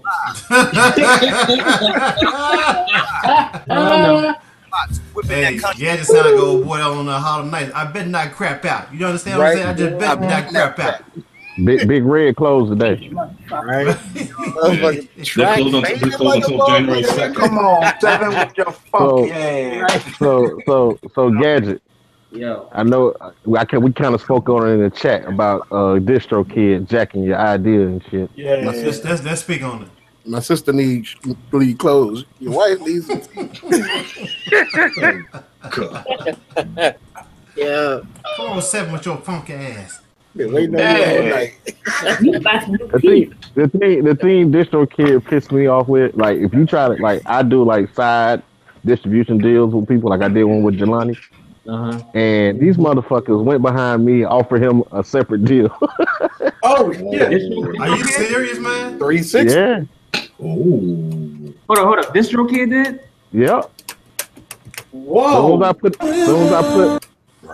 I put his name and his email in the splits, for the splits and shit, he got an email from him. Hey, you can join Distro Kid for 50% off. 50% off. Yeah, I got the same shit. Motherfucker. I guess my 12 cent. Never mind. You got 2 more cents. How you get 2 more cents than me? like the lawyer said, I have no further comment. Hey, swimming in my direction. The dude that runs it is a snake, man. Oh, he is. I'm starting Hey, to see I got that. disconnected. What happened to the joint? Huh? What happened to the rest of that joint? Copyright. The rest of what? The song. Can I play it? Or is this your kid gonna be after it or not? I mean, it depends. I mean, if you pay, if DistroKid doesn't have an option where if somebody you can whitelist it. You'll get a. I don't think that shit going on DistroKid. I think it's just on Bandcamp. Yeah, cause I'm playing on Bandcamp right now, so that's all I'm asking. I don't know if y'all got. If it came out today, I went to he got his shit on Deezer and Spotify and all this other shit, so he does go through some sort of. It might be distro, but even if it does come back, you can whitelist it after the fact. Yeah, but I don't get no money from it. Oh, I got you. Oops. I would go to the side of caution with this. Yeah. But err on the side of caution, but yeah. They walked out front of that car. Yeah, this motherfucker, and sometimes they'll just mute the video. Damn. I've seen that happen before with us too. They mute the whole shit from 0 to. Yeah, they'll mute the whole fucking video for one. Yeah, and actually, that Hangout was a damn good Hangout that whole shit got muted on. It was. Every Hangout's a good one, but that was some shit happened on that Hangout and all that shit got muted. Damn. Hey, we need a sign language interpreter, man. Wait a minute, was it right? This was way back though, Rugged. When I forget what happened, but it was way back. Okay, gotcha. And I wanted to try to fucking archive shit, and there was no audio. It wasn't me, was it? No. Nah. I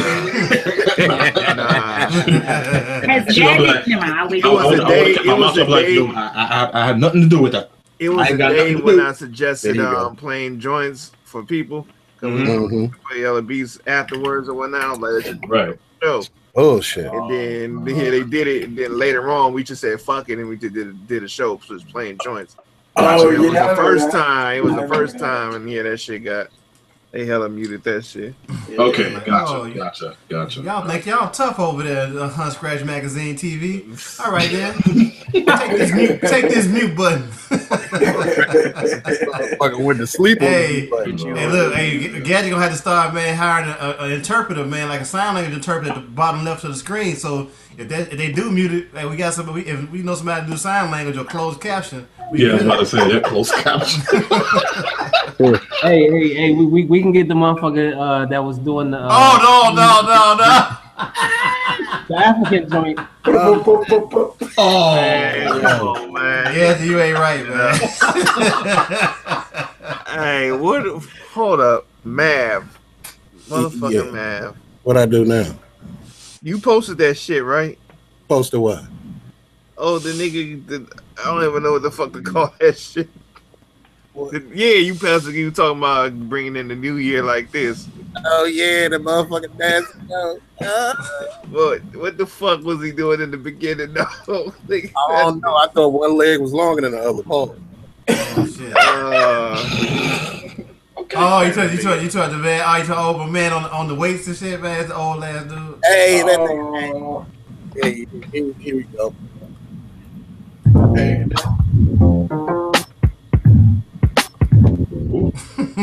Nigga legs look crazy as a mother. Goddamn one Wayne head.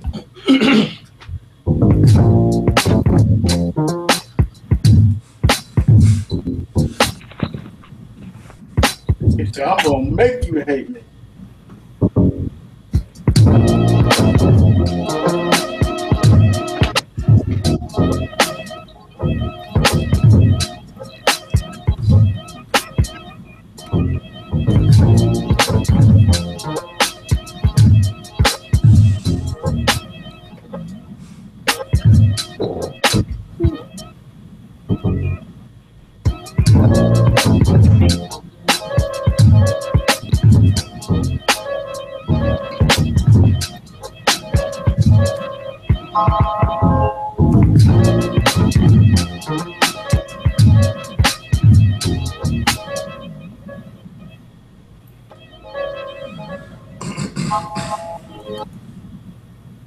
Nice. That's nice. Hey man, look, I want you to do me a favor on December 31st, 11:59, man. Oh shit. Scroll through your phone log, man. Just go ahead and erase my number, man. Oh man, come on, man. Out with the old, huh? Out the old, bro. Right. Be like Jay-Z. Where's the love? Man. Right. Hey, so are we keeping this a secret still or what? I think so. Math. Huh? Math. 5 who to lifted what? Okay, never mind. I got to be loaded up. No, I'm really lost like a motherfucker. Huh? The thing that you just copped. Hey!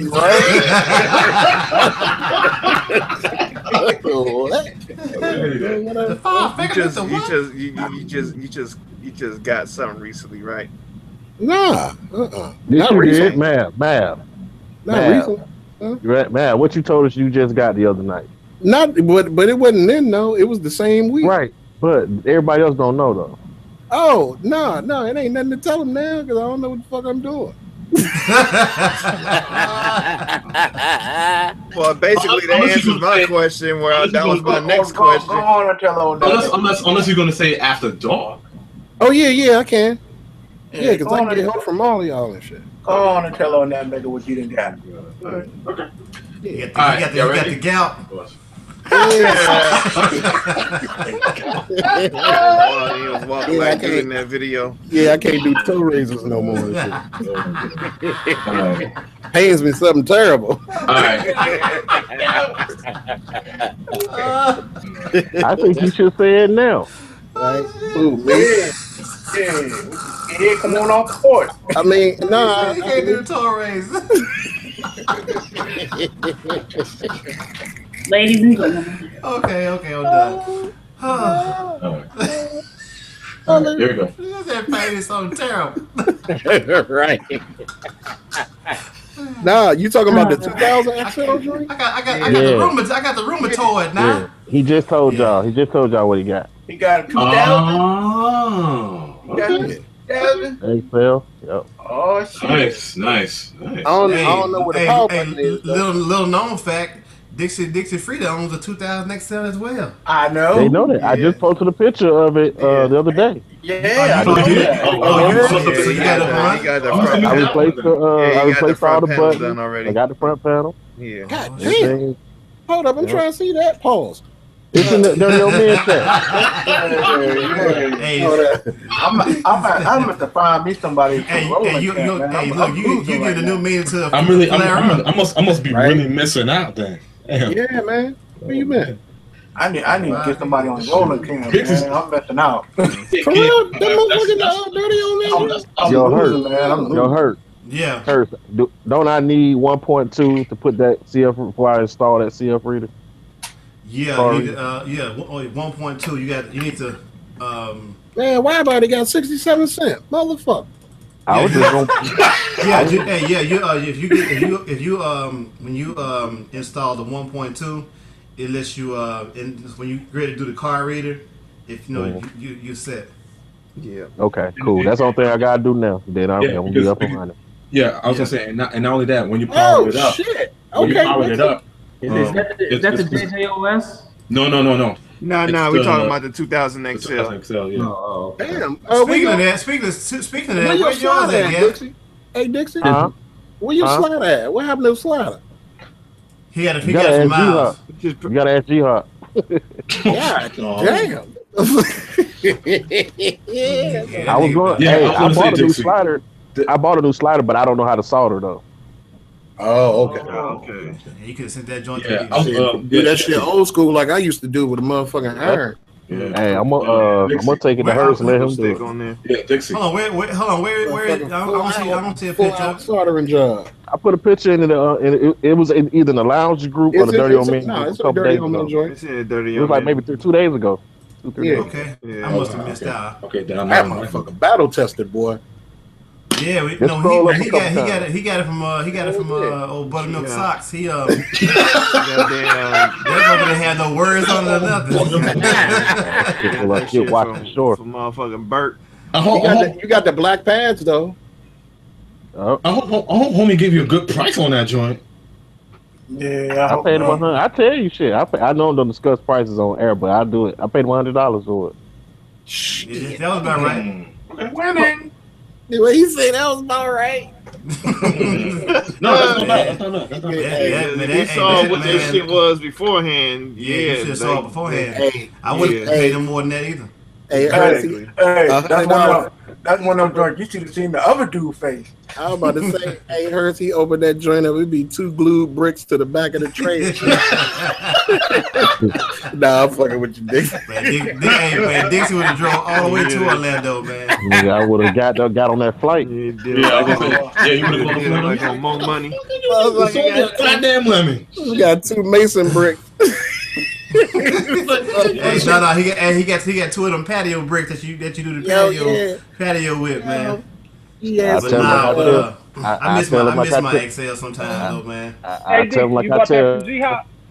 Yeah, I tell him like I tell anybody else I'm in conflict with. I ain't responsible for you. God damn. Hey, that sound grown right there. I have no comment. Hell yeah. No comment. Uh-oh, we're going Davenport. Yeah, I saw that. Yeah, so you replaced the buttons on it. Okay, that's what's up. Yeah, I put new buttons on it. I ordered a faceplate and a front panel. Well, that's part of my plan next year too, is to finally get this XP fix, and I'm gonna start doing tracks on that shit, and run through 2.0 and through Reason with that joint. So yeah, I just want to come completely out of the box. Mm-hmm. So have you done anything on it yet, Mav? I tried to do the Al Green WHA on it though. But Dixie, I would say too, man, that slider, you're not gonna really use that slider a lot. And I know it looks good cosmetically. I've had a Excel without the slider on. I actually took mine off because it was non-responsive. But I heard you could like truncate or edit. Edit the sample. You don't have to use it. You don't have to. I'd rather use a jog wheel. To me, I'd rather use a jog wheel for exactly to make truncating and whatnot. Yeah, but it's really optional. Like I've never used. Come to think about it, I've never used a slide on any MP that I've owned. Now I just started using the Q-Link sliders when I got the Renaissance. But before that, I wouldn't even use a slider. Well, Hurst, you say you know how to solder though? I had to solder all the when I mess around and on my 3000 I had to solder some stuff back on. Matter of fact, my jog wheel I broke that off trying to fix something else, and I had to get a new one to solder that on. Dang, it should be. Y'all can talk about car shit after dark. Hey man, I was expecting Davenport. Y'all got a new friend on the NPC too. You a traitor? I'm a trader. NATO Who trader?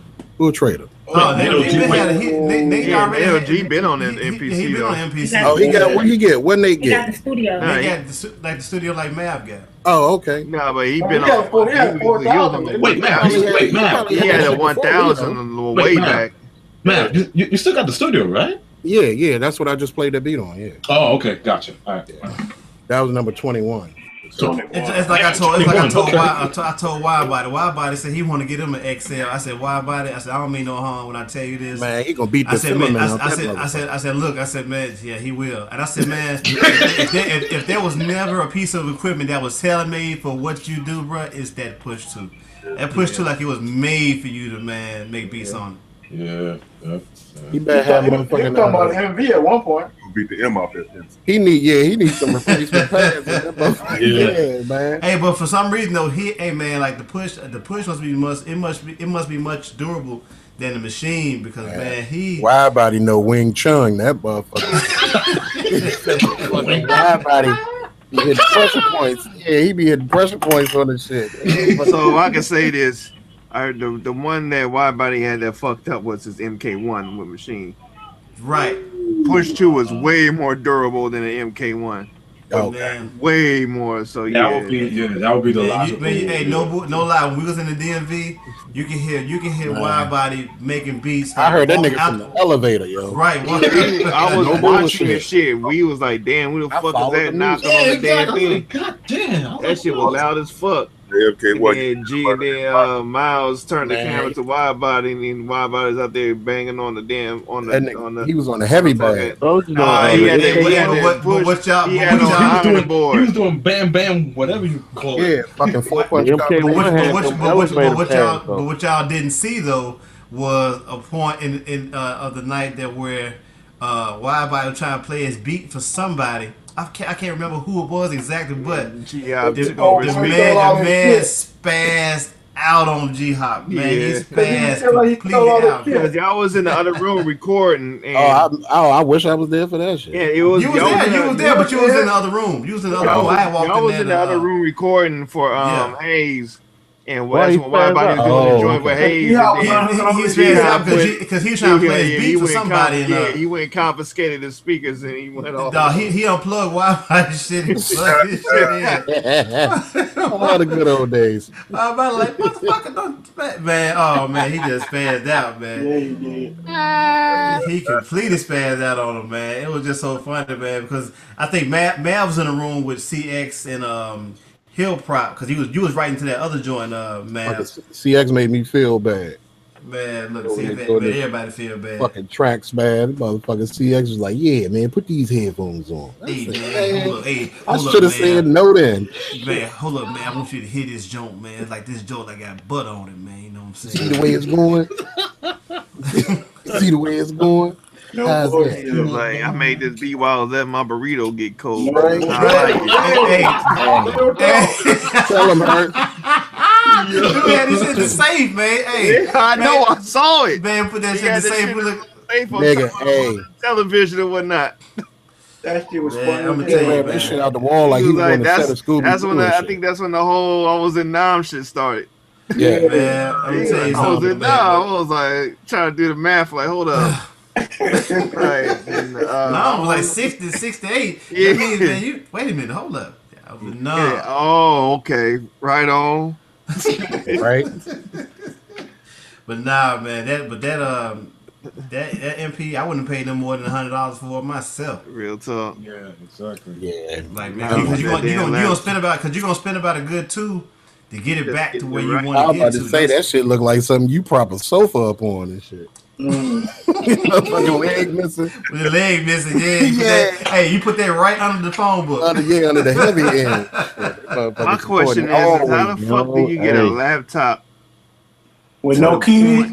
How does it get to that point? Nigga. What the fuck? When when you used to having everything given to you, you don't look at stuff from a certain vantage point. It's like, and I'm not saying that's the reason. He might have got it. He might have bought it on the humbug. He might have bought it, man, that was a motherfucking dumpster fan right there. I ain't buying that shit. I wouldn't have bought that laptop from nobody. He left his buttermilk sock on the keyboard and that shit short circuit. Man, that laptop looked like how when you fuck up your mustache trying to cut your own shit. Hey. Oh man. Boy, that boy he gotta bring back that meme. He ain't mean to do that. You gotta bring that meme back, Hurts, with the old shit. That was my cum sock. Was it me? The cum sock. Well, I think Hurts. Bumping joint. Yeah, that was mad. That wasn't me. That was oh man, that shit was fucking. I don't even know what this shit is. That nigga was like, oh shit, that was my cum sock.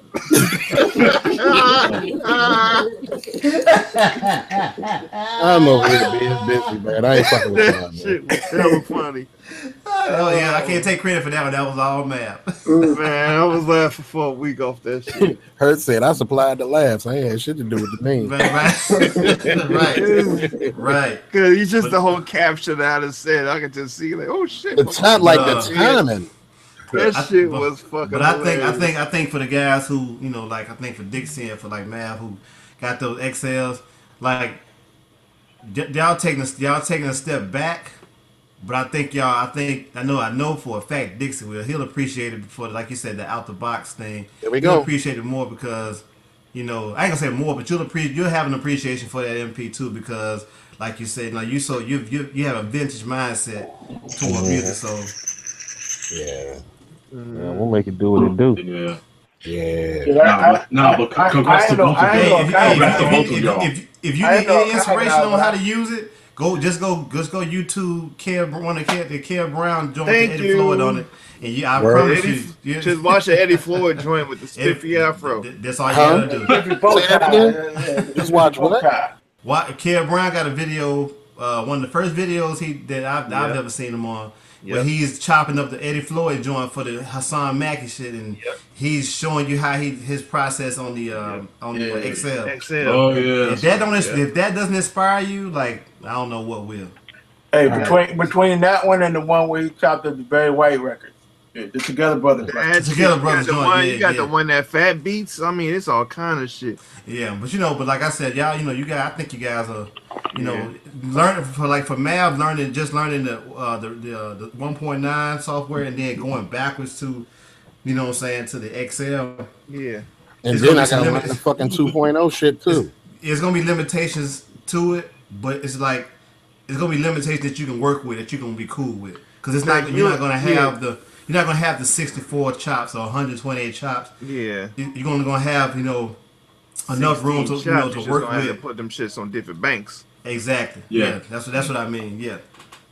Okay. I wish you can alternate between the banks like you do in the studio, right? Yeah. Okay. Well, yeah. Did you say, Gadget? I wish Kev could do a video for the beats he did for Sean Bourne. Yeah, that shit, man. Between that and that Al Green shit, those samples aren't cleared, so he can't do no video. But you know what, man? I had the liberty today of going back and listening to the Brown album.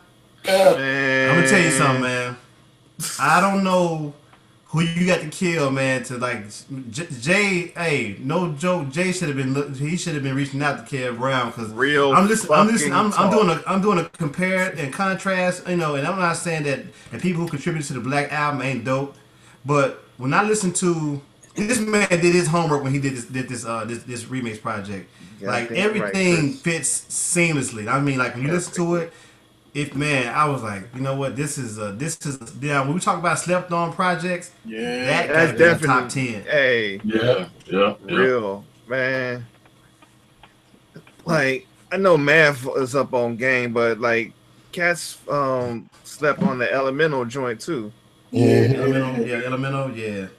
Hey, I love that fucking album. Me too. I love it.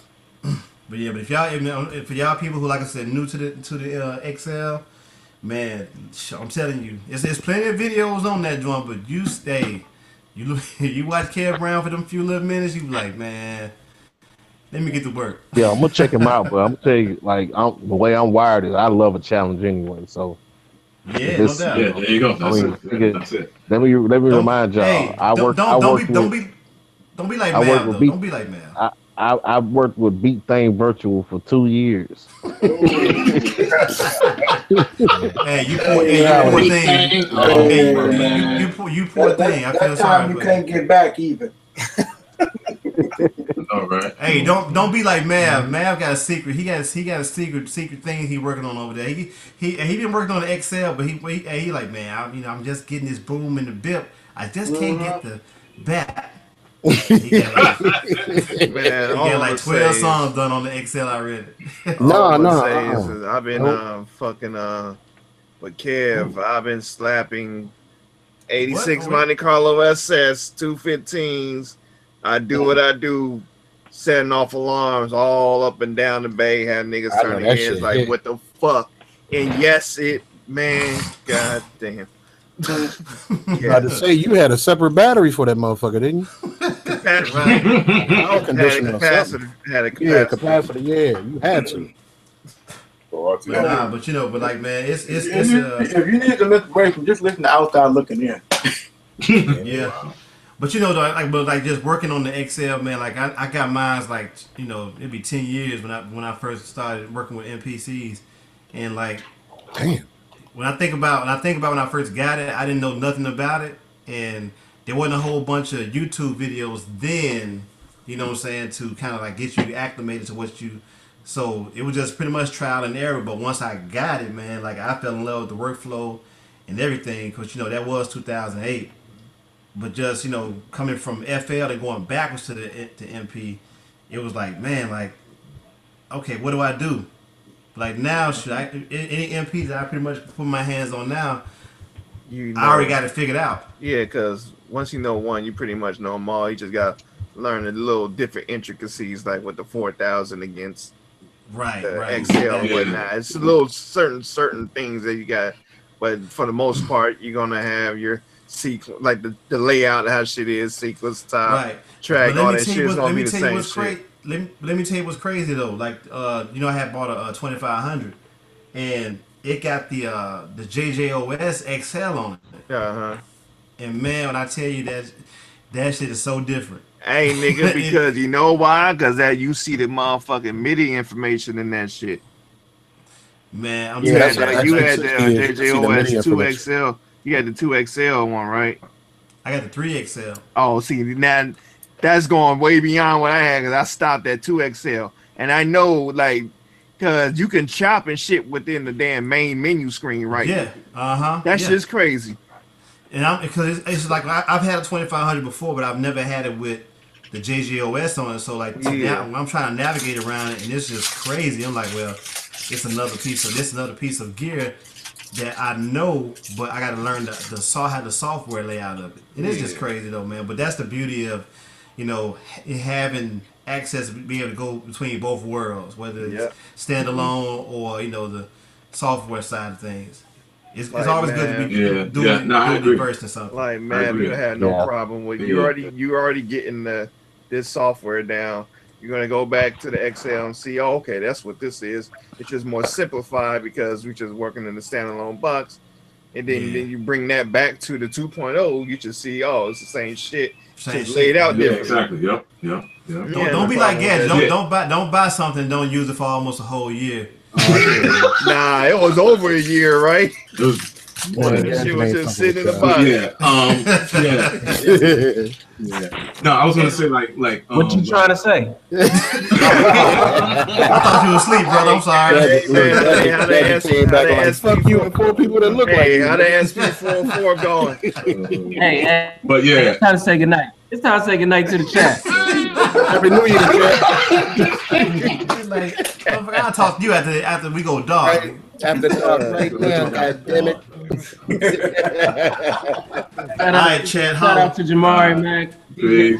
Happy New Year. Happy New Year. Happy New Year. Happy New Year. Check out that album. And check out that Agent Smith 78 and Brother O album. Check that out. Almost Heroes. Critical Mass Entertainment.bandcamp.com. CRITRKAL, man. Ray D 3000. Jelani. Ray, this was Almost Heroes. Ray D, what up? Ray D, get at me, dog. I thought you was trying to get that in right quick. Pause. Oh. Hold on, brother. Hey, how about that last part? Hey, everybody have a happy and safe New Year. And yes, sir. We'll see y'all in 2018. No doubt. Peace.